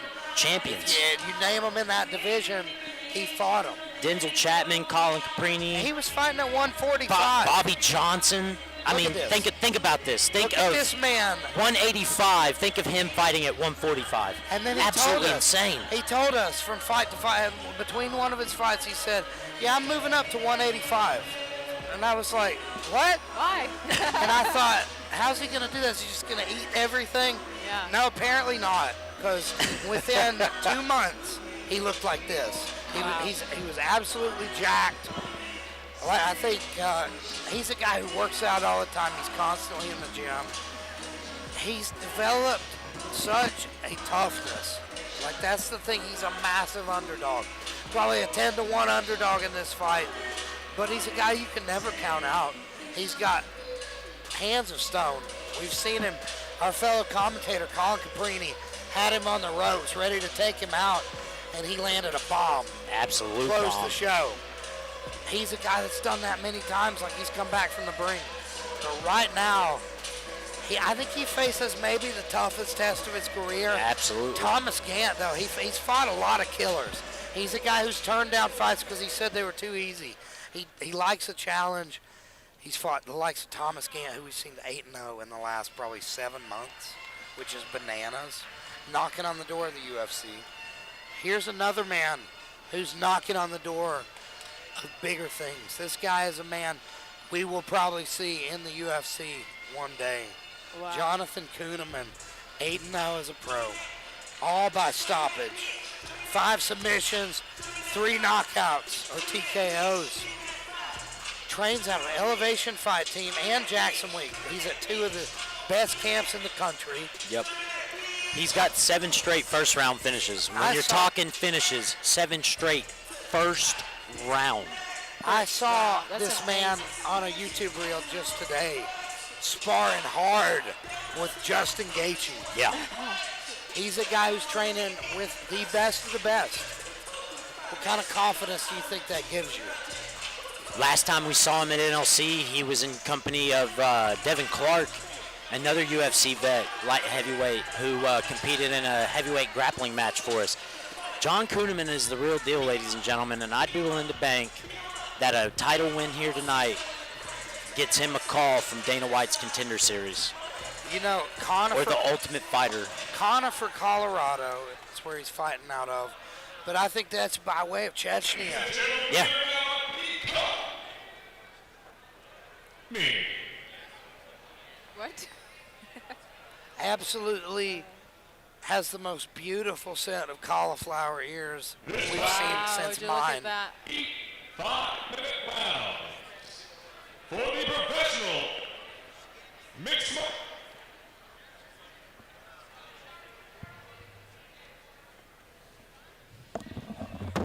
Hold on, we're going to try to start it. Somebody jump up there. Dave Fournette saving the day here with the extra microphone. Ladies and gentlemen, we are now at the co-main event of the night. Don't mind my table dancing. I didn't know what to do. I wasn't gonna do it. Line Cagefighting Professional Middleweight MMA Championship. Fighting out of the blue corner, the challenger, a mixed martial artist with a professional record of 2 wins, 1 loss. He stands at 5 feet 8 inches tall and weighing at 183.8 pounds. Representing New Lexington, Ohio, Skylar Mahler.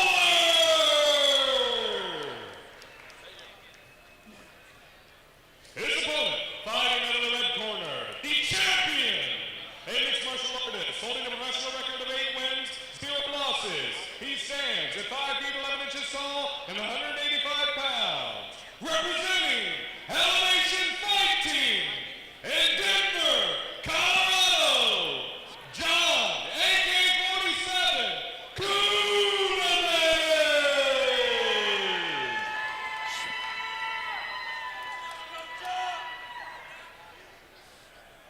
This co-main event is going to be 3 5-minute rounds. For the NLC Pro Middleweight Championship, and we are underway. They touch gloves, and huge overhand right from John Kuhneman out of the gate. Massive bombs. Skylar Mahler almost pulls him on top of him. And he's in half guard, but now And Kuhneman moved to side control. And we've seen the strength of Skylar Mahler, Elijah, and this was a terrible place to end up, though, right out of the gate underneath John Kuhneman, who is a dominant wrestler. well, think of the strength that he has to be able to outpower Skylar Mahler. Takes him out effortlessly. And now he's going to start raining some punishment down. He's hunting. I thought he was going to hunt for that arm for a moment. He's staying heavy. And there he goes. He's thinking about that Americana, which he's finished 1 fight before by a key lock here. But beautiful job bucking by Skylar Mahler. You see that strength and that power. He's at least aware of that arm lock. Jonathan Kuhneman now just going to soften him up. And he does. Just peppering him with some shots. And now he's starting to peel those arms off again. Thinking about the arm triangle now. He looks to buck and roll, does Skylar Mahler to no avail. Skylar Mahler, though, nice ground. Now we see Kuhneman realizing I can just pound this guy out. And he postures up. Yep. He's got such a good base. It's going to be hard for Mahler to buck him off. Mahler needs to try to escape more technically. And there's that arm triangle, and he's deep on it. He's just going to sink in here now and step to the side. There it is. And I think that's going to be it. But Skylar's getting to his side here. Oh. Excellent work. Yeah, he's creating the space and trying to follow him. Mahler was almost out, and Kuhneman did a great job flowing back to that position he needs to be in, and he's going to sink down and just slowly apply pressure. But Mahler, if you can get to your side, you're not going to get choked here. Now Mahler doing a good job of remaining defensively sound here. Mahler, see how he's using that knee on belly now to flatten him out. Mm-hmm. Excellent work from Kuhneman. He's getting deeper and deeper, and there it is. That was the submission. Beautiful work.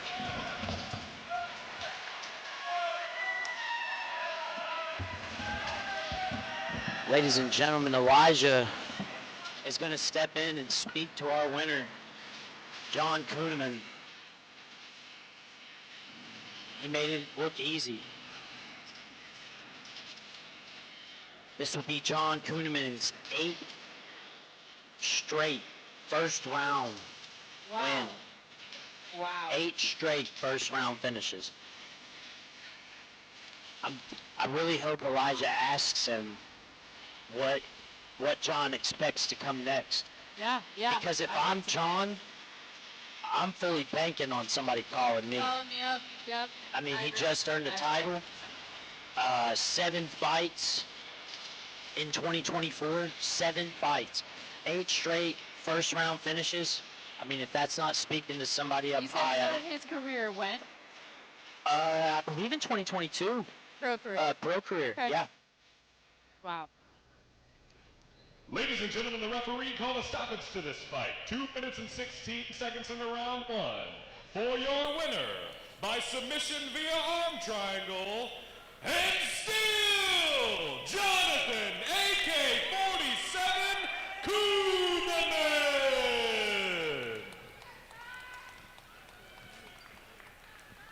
Ladies and gentlemen, I want you to give it up for one of the scariest men we've seen around these parts in a long time, John AK-47 Kuhneman. My friend, you're climbing up to 9-0 now as a professional. That means you're knocking on the doors of big things. New Line Cagefighting champion. What's next for you? What are your plans?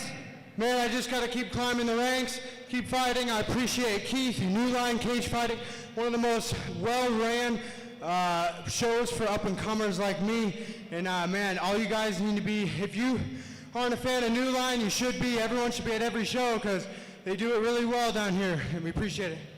Now, one thing I wanted to ask you, you're from Denver, Colorado, training at Team Elevation, you've spent time at Jackson Wink.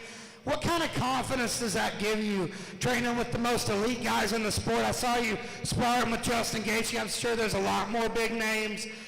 What's that like? Man, it just gives you the recognition to see everything you see in a fight.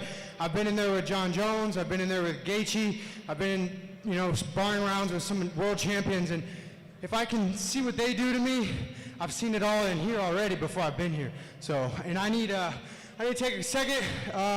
2 things. One, shout out to my sponsors, DCF Guns, right here. These guys are the best gun store in Colorado.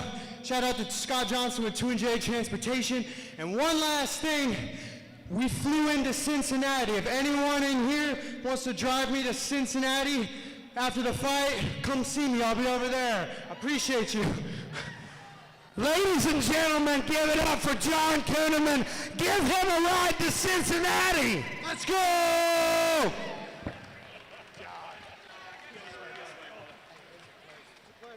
I'll take John Kuhneman to Cincinnati. Thank you, brother.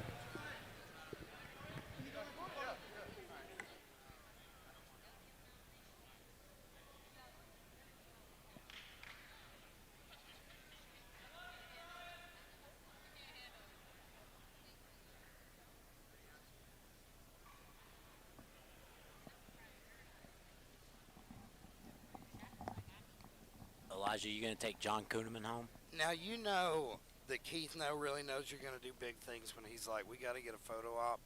We got to pause the whole show. So I can show. So that when he's in the UFC. That I had a UFC guy here. I can have this photo with him.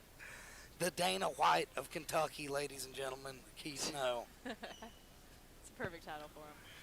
He's going to have that picture framed and put it on his bedroom wall. Guys, we are. Main event. We're on the main event here. Main event. We're here. We made it. It's been a hell of a ride so far. Elijah, I just want to touch on something real quick before we move forward. 7 fights this year for John Kuhneman. 8 straight first round finishes, wins a title. Do you think somebody's calling him next week? Absolutely, he's got to be. He's got to be knocking right on the door of all the biggest promotions. Can't wait to see it.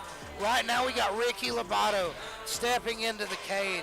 Ricky Lobato, and there's Butch Hiles over in the corner. One of our Didn't commentators. Didn't even come say hello to me. He didn't talk to any of us. He's too good for the mic One now. of my closest friends in the world. Didn't even say hello. So Ricky Lobato used to be a world-class bodybuilder. I'm talking world championship level. He's only 25 years old. He transitioned starting out into jiu-jitsu, training with Bush Hiles, one of the most accredited people in the sport as far as West Virginia, Appalachia in general. One of my favorite people as well, our fellow commentator. But Ricky, I don't know what made him start getting the itch to fight, because he made the transition from jiu-jitsu practitioner competing in jiu-jitsu, moving into MMA now, and he's 2-0. He's had a great start. His last fight, as I said, was against Khabib Nurmagomedov. Sam Abdikidrov. Say, They all in the Novi. They're all from the same place. We got it. Now, Sam Abdikidrov, Elijah, I think you would have enjoyed to speak with that individual. He's great. I hope he comes back to see us. I do too, because I heard that was such a great fight. It was a good fight. It was a great fight.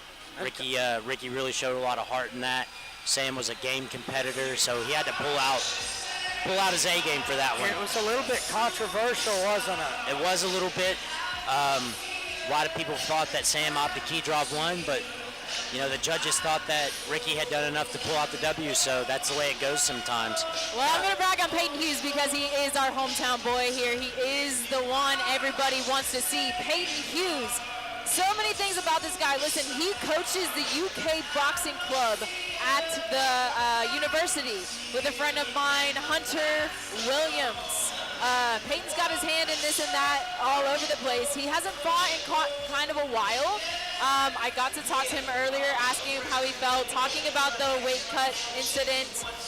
He wanted to come in and give his best performance, and he thought that if he kept pushing out those pounds of sweat there, that he just wasn't going to be able to bring his A game. So he kind of, laid that title on the line and decided that he wanted to come and really bring it. That is the longest hug line I have ever seen. I'm telling you, everybody wants to see Peyton Hughes. He's the talk of the town, man. Can you? I don't know if I've ever referred to it or heard it referred to as a hug line. I like it though. I'm down with that. That's a hug line. It's a hug line. It makes us seem less vicious.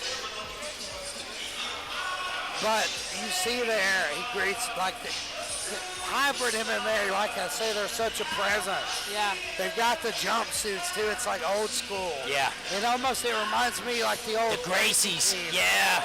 Yeah, they had that presence. Like hybrid MMA's that way here. Yeah, and Peyton Hughes, this is a title fight, welterweight title, but Peyton Hughes missed weight by 2.5 pounds. Yes, so, unfortunately. In the event that Peyton wins the fight, he won't win the title. It will go vacant. Now, should Ricky Lobato pull out the W, he will be declared the new welterweight champion of NLC. So, interesting dynamic here. But props to Ricky for still taking the fight, even though his opponent weighed over.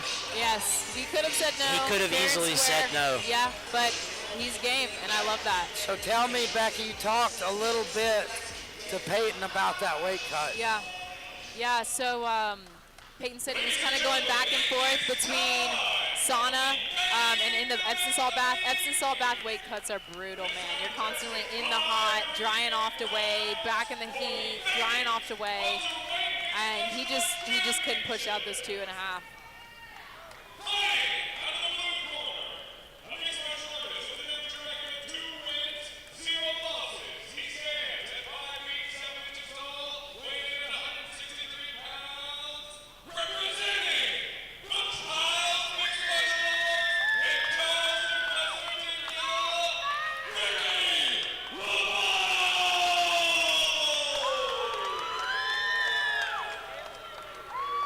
Not a very warm reception for Ricky.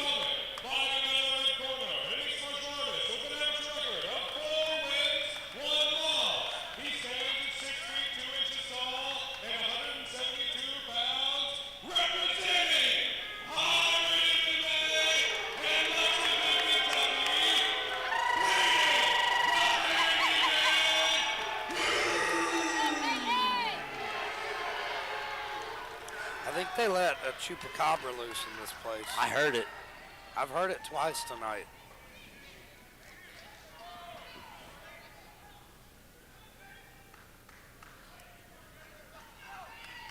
And they touch gloves. Here we go. Oh! Straight right out of the gate, but he gives up his back. Spin him. That was slick for Ricky to duck under that and immediately shoot for the back. Good work from Peyton Hughes, though, recovering from that. Now he's got him up against the cage here. And he's winning the head battle. That's a huge thing up against the cage. Yep. Oh, wait. Look, he's off the Ricky, Ricky's climbing. thought about pulling guard. Yeah. But you see, that's how confident he is in his jiu-jitsu. And He's now got a he's going to go leg. for that takedown. That was a nice attempt at a trip there. Good job by Peyton. Yeah, nice. Oh, and he Very slips nice. off the back. Peyton touches gloves with him, gives him some respect. Oh, my big God, knee he from caught Peyton. him. I think he missed him with the knee. It was close. Ricky Lobato. Really, really savvy. He looks really good for a guy who's a BJJ guy on the feet with a striker. Got cracked right out of the gate and recovered well. Front kick Nice catches front him. kick. Peyton Hughes is so long and lanky, and he Yeah, uses his range really he's just well. shooting that head back, man. He's on methodical Ricky too. I Lovato. like that. He's taking his time. There's a beautiful right hand, Peyton Hughes. And he shoves Ricky Lobato away as he tries to close the distance. Uppercut drops Ricky He Lobato. looks to close the show, but Ricky gets a hold of his arm, and now he's going for the leg. Ricky's going full jiu-jitsu mode here. Let's see if he can get a hold of him. He's going to try to come out the back door, but he decides to just go underneath. Needs to try to hide his head. He took a massive uppercut. That was a nasty uppercut, man. It looks like And I he's trying can't to really see. elevate. Is and he going for a sweep. Darce? He is. He is. The angle's hard to see, but he's deep. He steps into it now. He's got very Ricky's. deep, and that's it. Oh! Beautiful work. Great job, Dave. Peyton Hughes. Dave caught it before me. Darce choke. Sneaky work from Peyton Hughes. You caught the Darce choke, so you get to talk to. All right, guys, I'm going to talk to Peyton Hughes. That was beautiful work, the way he set up that choke. Ricky Lobato got caught with a nasty uppercut. Peyton follows him to the ground, trying to close the show with strikes. Ends up in top half guard, and then sneaks that Darce choke in beautifully.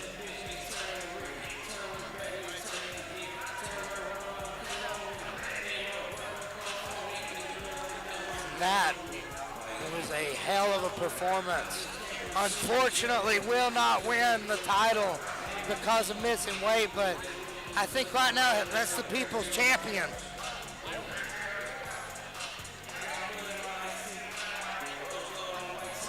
And he has put this welterweight division on notice. Peyton Hughes, you know, one of the best fighters in the state of Kentucky at welterweight, moves to 5-1.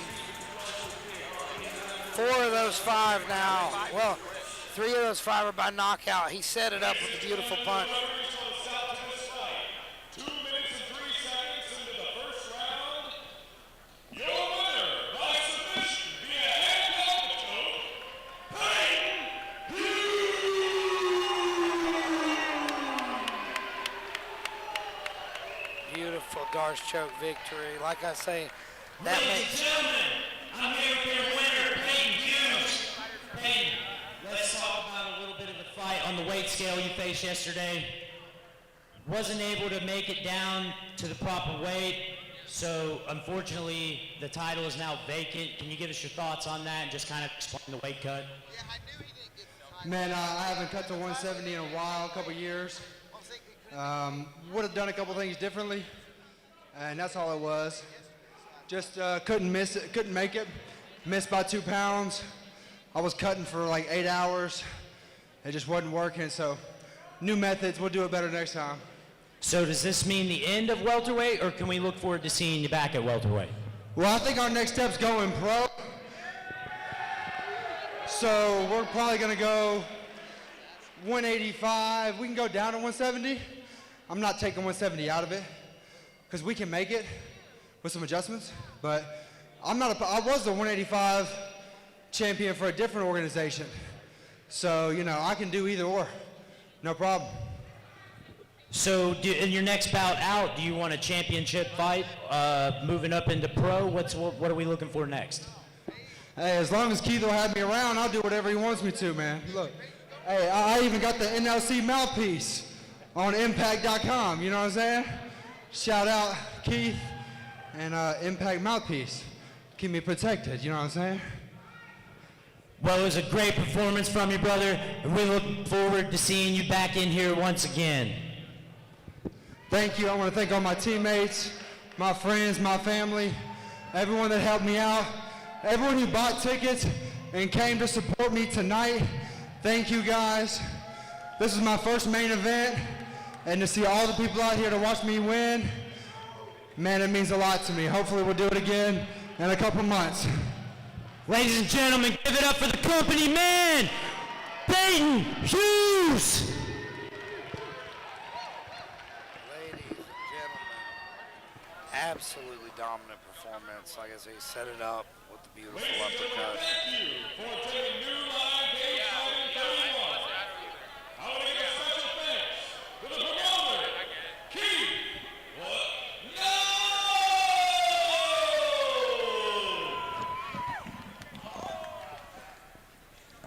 Elijah, what a hell of a card, man. It was. Top to bottom. That's exactly right. Barn burners all almost. We had some dominant stoppages too. Who do you think was your favorite tonight? Oh, man. Man, my favorite fight of the night was Griffin Key and Eric Cole. I mean, that's the most high-profile, lightweight title fight for the amateurs you could have in the state, in my opinion, and those guys showed up and showed out. You had a war, that fight. You had displays of dominance from, like, Jonathan Kuhneman. My God, can you get more dominant than that guy? Impressive. And Eden Hall earlier on in the night. My God. Dangerous woman there. And honestly, we only had a few decisions, and the decisions that we did have were extremely entertaining. I mean, this was a great card all the way around. Mitch Vaughn wins another rematch as well. When is Category 5 and Mitch Vaughn going to end? We don't know. But, it's always exciting to see all those guys out here every time. But ladies and gentlemen, that's it for us. I'm Elijah Thacker.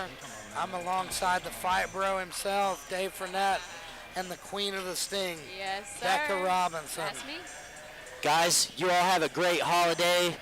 Let's have a great new year, and we will see all of you next year for New Line Cagefighting. This is Dave, Becca, and Elijah signing off. Until next year.